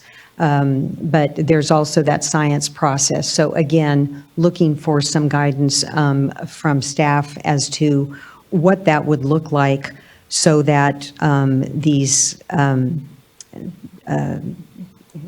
ongoing discussions can take place sooner rather than later with some very strong guidance from our staff. And then the other piece that I just want to throw out there is water master services. So I guess, I've heard it over and over again that it would be helpful if we could have, a more full-blown water master services. So what ideas do you all have that could incorporate that into the discussion? Does it take, what would it take to get that? Is it a matter of funding? Is it a matter of voluntary action? Is it something else that could be, maybe suggested to the water users so that they support that, so that it's coming from the water users themselves? And I think that's it on my list. Oh, 1707s. Would really like to, at the appropriate time, hear back as to, an update on 1707s. I know that's really important in the Shasta watershed in particular, but, they're looking at that in the Scott Valley as well. So I think that not only do we want to keep the pressure on all the stakeholders on partnerships and things that they can do, but there's things that we can do on our end as well. And I think it's important for us to be very clear as to our own time frame as to what that would look like if we get more requests for 1707 and how quickly we could process those.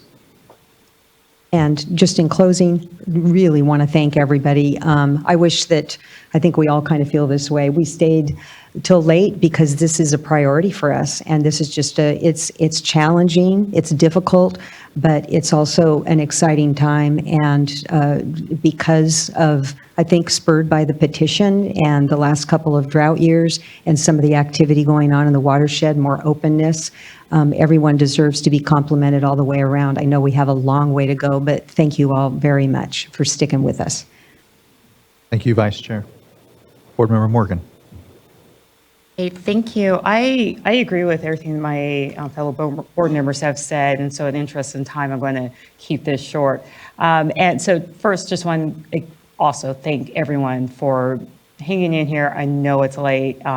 Really appreciate all the comments. This was, I feel, was very productive. And just want to add, just as we're moving through this, this process of taking a look at the interim, something in the interim, and then what comes next, the future, looking at the different scenarios and the science to make sure that we're not losing sight of tribal ecological knowledge and we're bringing that into our process. And then also, the role that restoration plays within it. It's been said many times tonight is, the streams, it's just not about flow. It really is, it's a living system, and there's multiple different solutions and different pieces. And so just as we're looking at it holistically, and we're really, when we're looking at that science, we're also acknowledging that tribal ecological knowledge is also, it's a valid science, and that we really need to bring that in and understand both parts and how all of it goes together in order to really restore these two rivers. And so that's what I'll ask. Now, thank you guys. And, thanks again for hanging in here. I know it's been a long evening. Thank you so much, board member Firestone. Yeah, thank you. Echo actually everything that's been said, and I'm not going to be particularly articulate, so I won't try and repeat it. I will say I really personally learned a huge amount just from this. I'm so grateful for this space and time to start this more in-depth discussion specifically on Scott and Shasta in terms of long-term protections and frameworks that are long overdue. I really want to come out there, and so I will be certainly following up to try and get out there soon. Agree that we have an urgency and need for continued interim emergency minimum flow protections through emergency regs. I think we should be moving forward with that. I agree there's a lot that we need to learn and have space for learning. I mean, there's so much learning, I think, that we've, and nuance that it's important that we hear and work through on many things. I mean, I don't feel like we should take the time in this at 11:02 at night, but I do really, I think the vice chair and I do continue to ask about these numbers in August, September that we haven't achieved even when we've had the emergency regs, and what understanding that before we just readopt something that we haven't achieved. So, and we may have different views on why that is, but I think that's an example of the types of things we need. We now have some learning and need to reflect as we move forward with the more emergency interim protections. Really, I'm surprised. I can't believe how. I really didn't expect the tone of this to be as open to really working collaboratively on developing a long-term framework that for long-term protection. And I am really encouraged by it. I also think that momentum that you spoke about, Chair Esquivel, it doesn't continue unless we're setting that, deadlines, a goal, a framework for, and sort of common space for where those discussions and science development takes place, so that we really are moving that forward, along with resources to support all of that collaboratively across different agencies. So that is a lot of resources. And I also just want to end with saying, I think one of the things staff often are asking is how to prioritize the various needs we have across the state to support both, emergency and interim and long-term protections. And I do just want to emphasize, and I think you hear this tonight, but I think this is a really good case of really hearing the input that we did get through the racial equity listening sessions. This, I think, as Chichazola mentioned, this was by far, I think, the top priority that we heard from tribes in the North Coast area and those racial equity listening sessions. And if we're not prioritizing this, I just don't see how we're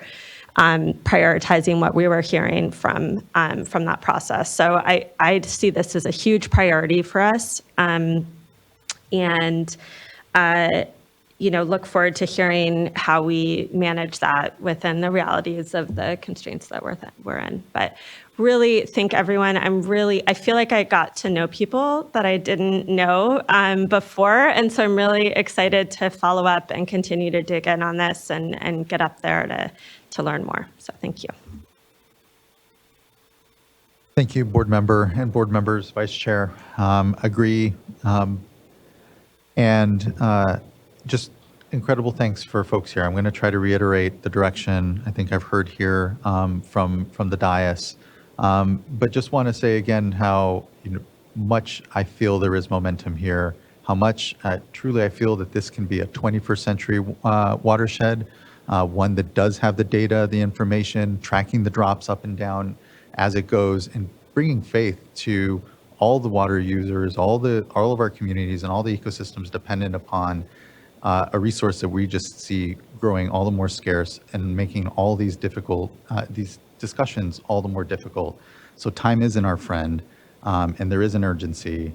And so to reiterate the direction I've heard from the dais here, the board would like to look at and ensure that we have interim here, the emergency flows that were most recently adopted in place again, so as to be able to continue to gather data, continue to engage in the watershed, and that be one part of the direction that we're needing here, so as to then inform what is still a discussion around the long-term options for the watershed, the scientific basis around it, the considerations that we heard today around the complexities of the many challenges that are faced in the watershed. But on that, would like to hear from you all, because I know that as you go to do the more immediate interim, emergency ask that we have here to reinstate on the Scott and the Shasta some belly scraping flow, that it's the same folks that would also then be doing, say, coming back to us with those options and that discussion, the more fully fleshed out version and a lot of engagement before you do come back to us. But again, that's the same group of folks as I understand within our program. So how we ensure that we're kind of moving on both of those, while obviously doing first this interim step we're asking, I think is going to be for you all to try to balance. Hopefully that was somewhat clear. Trying my best to be clear at 11:07 at night. But again, direction to re-implement emergency curtailment, if you will, here based off of fishery emergency.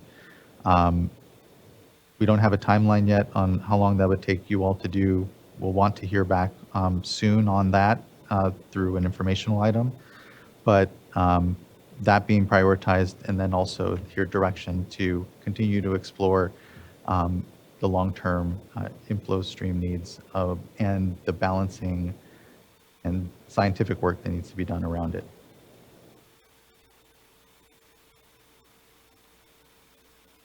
Actionable, not what's helpful, Mr. Echtel.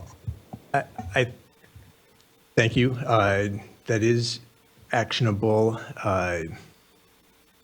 Trying to think of how to summarize. Again, it's 11:08 at night. You've been here longer than this team has, and a couple of thoughts. We will definitely come back with an information item, but I just want to kind of leave you with a couple of notes on timelines and what we have talked a fair amount about what we think we could do and what those timelines would be. In emergency regulation, the shortest we could do it would be 15 days. And that's, under reading everything under the law exactly it is, and probably assuming that we cut paste everything that we had last time and just port it directly over. No public input and engagement, and we'd have to time everything up. And so that's the shortest. And then it could extend at any point longer than that based on board direction and feedback and the amount that we want to seek and want to bring into the process. The question I think that we also want to think about is what does interim mean? Because we've been penciling out notes a little bit, and I think it's being used in like 3 or maybe even more ways. One is the readopting emergency regulations. Another is kind of almost like a two-step. What is a permanent regulation, but an interim starting point so that we have something in place before it can kind of be worked on. And maybe that is the drought minimum flows. Maybe it's not. Maybe it's the flows that are in the petition. Maybe it's something in between. That would then give us time to develop additional science and input about a permanent flow later on. And I think the third way, we were writing down notes as we were talking, maybe almost more like an E-reg process, but we take a little bit more time to get to it. So rather than trying to do it right now and come back, in just a couple of weeks, that we have gotten kind of a clear direction from the board, I think, focusing on data collaboration and developing additional science. Maybe that gives us some time to have a public dialogue, and we come back and say, March or April or February of next year, we're going to readopt an E-reg, but be really clear about what is in it and what isn't. I think another important point to just highlight is that, we heard a lot about data and how there's the interest in collaborating on data and how data is being made available. I don't want to set a downer tone at the very end of a very positive meeting. We are not getting data under the emergency regulation. It's a little bit is coming in under various kind of trickles and under various auspices.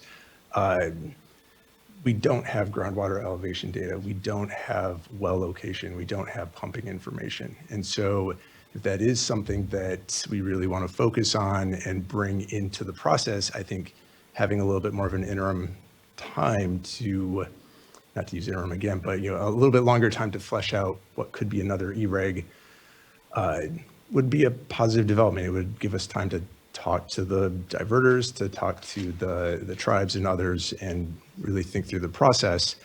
The one other thing I was going to highlight, the timing of doing an E-reg, let's say right now, if we went as fast as we could, we would aim to get it done late September, early October, somewhere in there. And that's again with this very, very narrow public process.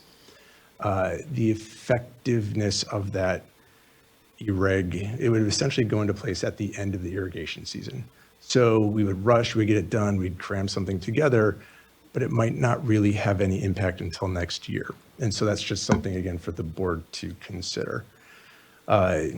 There is so kind of shifting gears a little bit and talking more about just the overlapping priorities. I think if we were directed to work on both, let's say, a shorter term and then a longer term process, we could do that. It would likely require some amount of reconfiguring and redirection internally within the division, and we'd think about how to do that and then clearly talk to the board members about what that proposal would be and what would be dropped, because something would be dropped in order to accommodate it. But that, again, is, I think, part of the discussion that we're having, and going to board member Firestone's comment about, prioritizing, these that were in the REIT plan and kind of other workload. That's clearly something that we can consider and we could do. The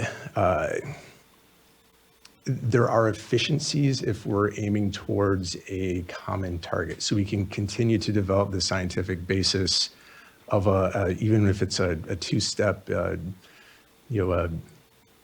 starting point permanent regulation that maybe is adaptively managed into something in the future that is changed once we have the science, or it could be, again, the drought minimum flows.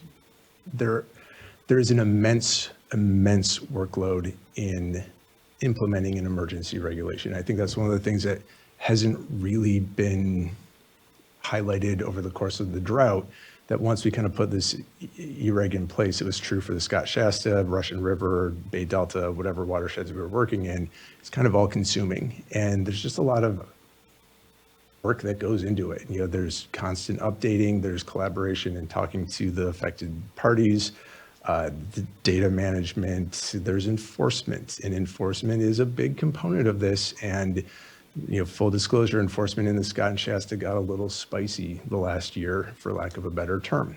There were definitely times when staff did not feel safe out in the field and weren't able to do what they needed to do. So, how would that work kind of again? And then, as Mariana just noted, the local cooperative solutions were a big part of what we did in the Scott and Shasta, and I think a really important part. And we've said this in other times in places, but a huge thanks to the diverters in the watershed for even being willing to try. I think it shows the willingness and just the collaborative attitude. We've heard a lot about collaboration all evening today. And that's kind of proof. People were willing and want to try, and they want to do something. And I think there's a lot of opportunity. But exactly how we do that, we've kind of laid out some options. I think we're also kind of looking for direction from the board members on what you'd prefer us to focus on. Thank you. I appreciate that. I think when it comes to the timing of what is here fresh direction from us around the emergency reg, if you will, the more immediate interim work, we'll still need to, I think, have discussion, and I think need to come back with folks. But I think importantly here, signal from the dais is we want to readopt those. There are opportunity to continue to engage in the watershed as we still have these other discussions. And so I just thank you for that. And when it comes to, I guess, the priority and the balance amongst that, would look to fellow board colleagues if they have some input. Board Member McGuire. Yeah, thank you. Thank you for that. That's really helpful context as we're kind of mulling over all the details here that are really involved with moving something like this forward. I would say on the timing of the emergency regulations, just from my perspective, 15 days is too short, because I think we owe it to the water user community. We owe it to everyone really to have some process and reflection as to what we learned from the last iteration of the emergency regulations. And to your point, Mr. Ekdahl, about questions about what should the flows be, I think there's some open questions about that. In my mind, when I was asking for interim flows, in my mind, it was for the time being the emergency flows that we've adopted, largely accommodating for any modifications that we might hear from the community, from fishery agencies and others. So I was thinking minimum emergency flows for the time being. I think that's the authority that we have. We're kind of on the tail end of the drought. We have a fish emergency here on the Scott and Shasta. So that's what I had in mind while we're building the science and the understanding for the longer term. And one thing that we maybe hadn't heard was sort of the reflection on the timing for a full, if the ultimate conclusion here was some sort of long-term regulation, how long that might take, because that might be some important context for everyone to understand how that would work. I don't know if we can put it up. There is a slide that we have, and it's just useful, I think, to kind of run through. It doesn't go into exact dates and timing. I think it's the one that says permanent regulation or traditional regulation process.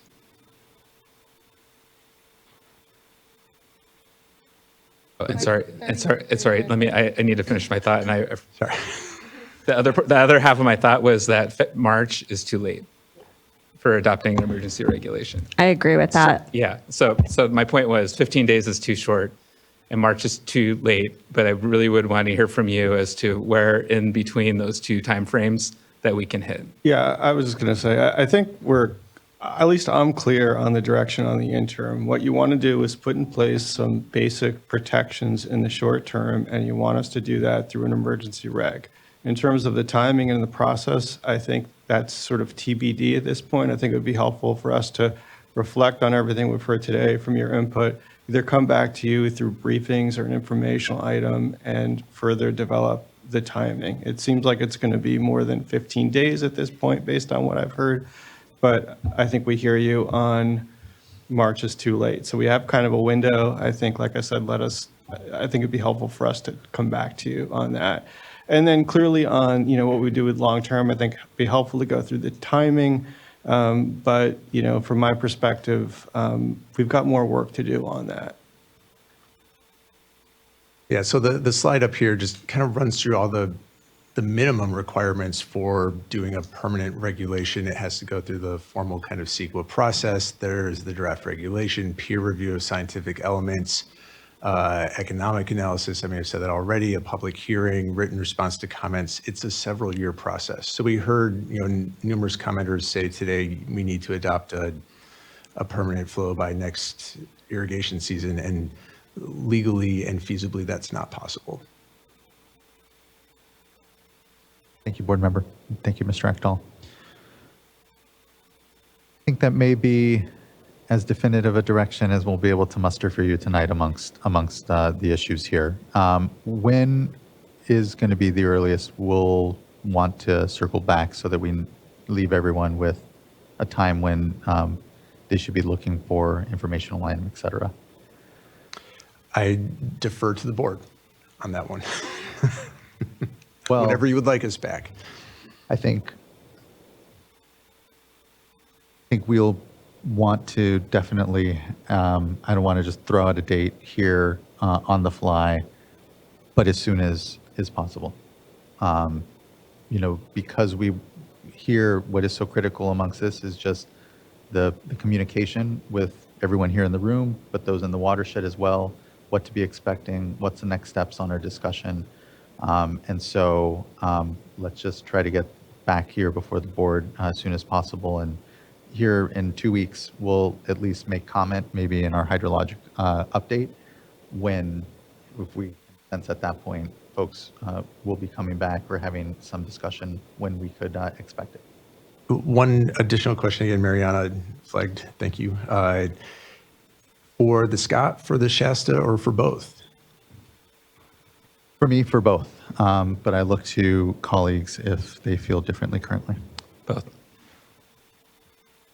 Well, I just have a couple of thoughts. In terms of the timing, I think that it's important to consider and I don't know what the needs are, but keeping pressure on the agricultural community, but also taking into consideration, their planting schedules.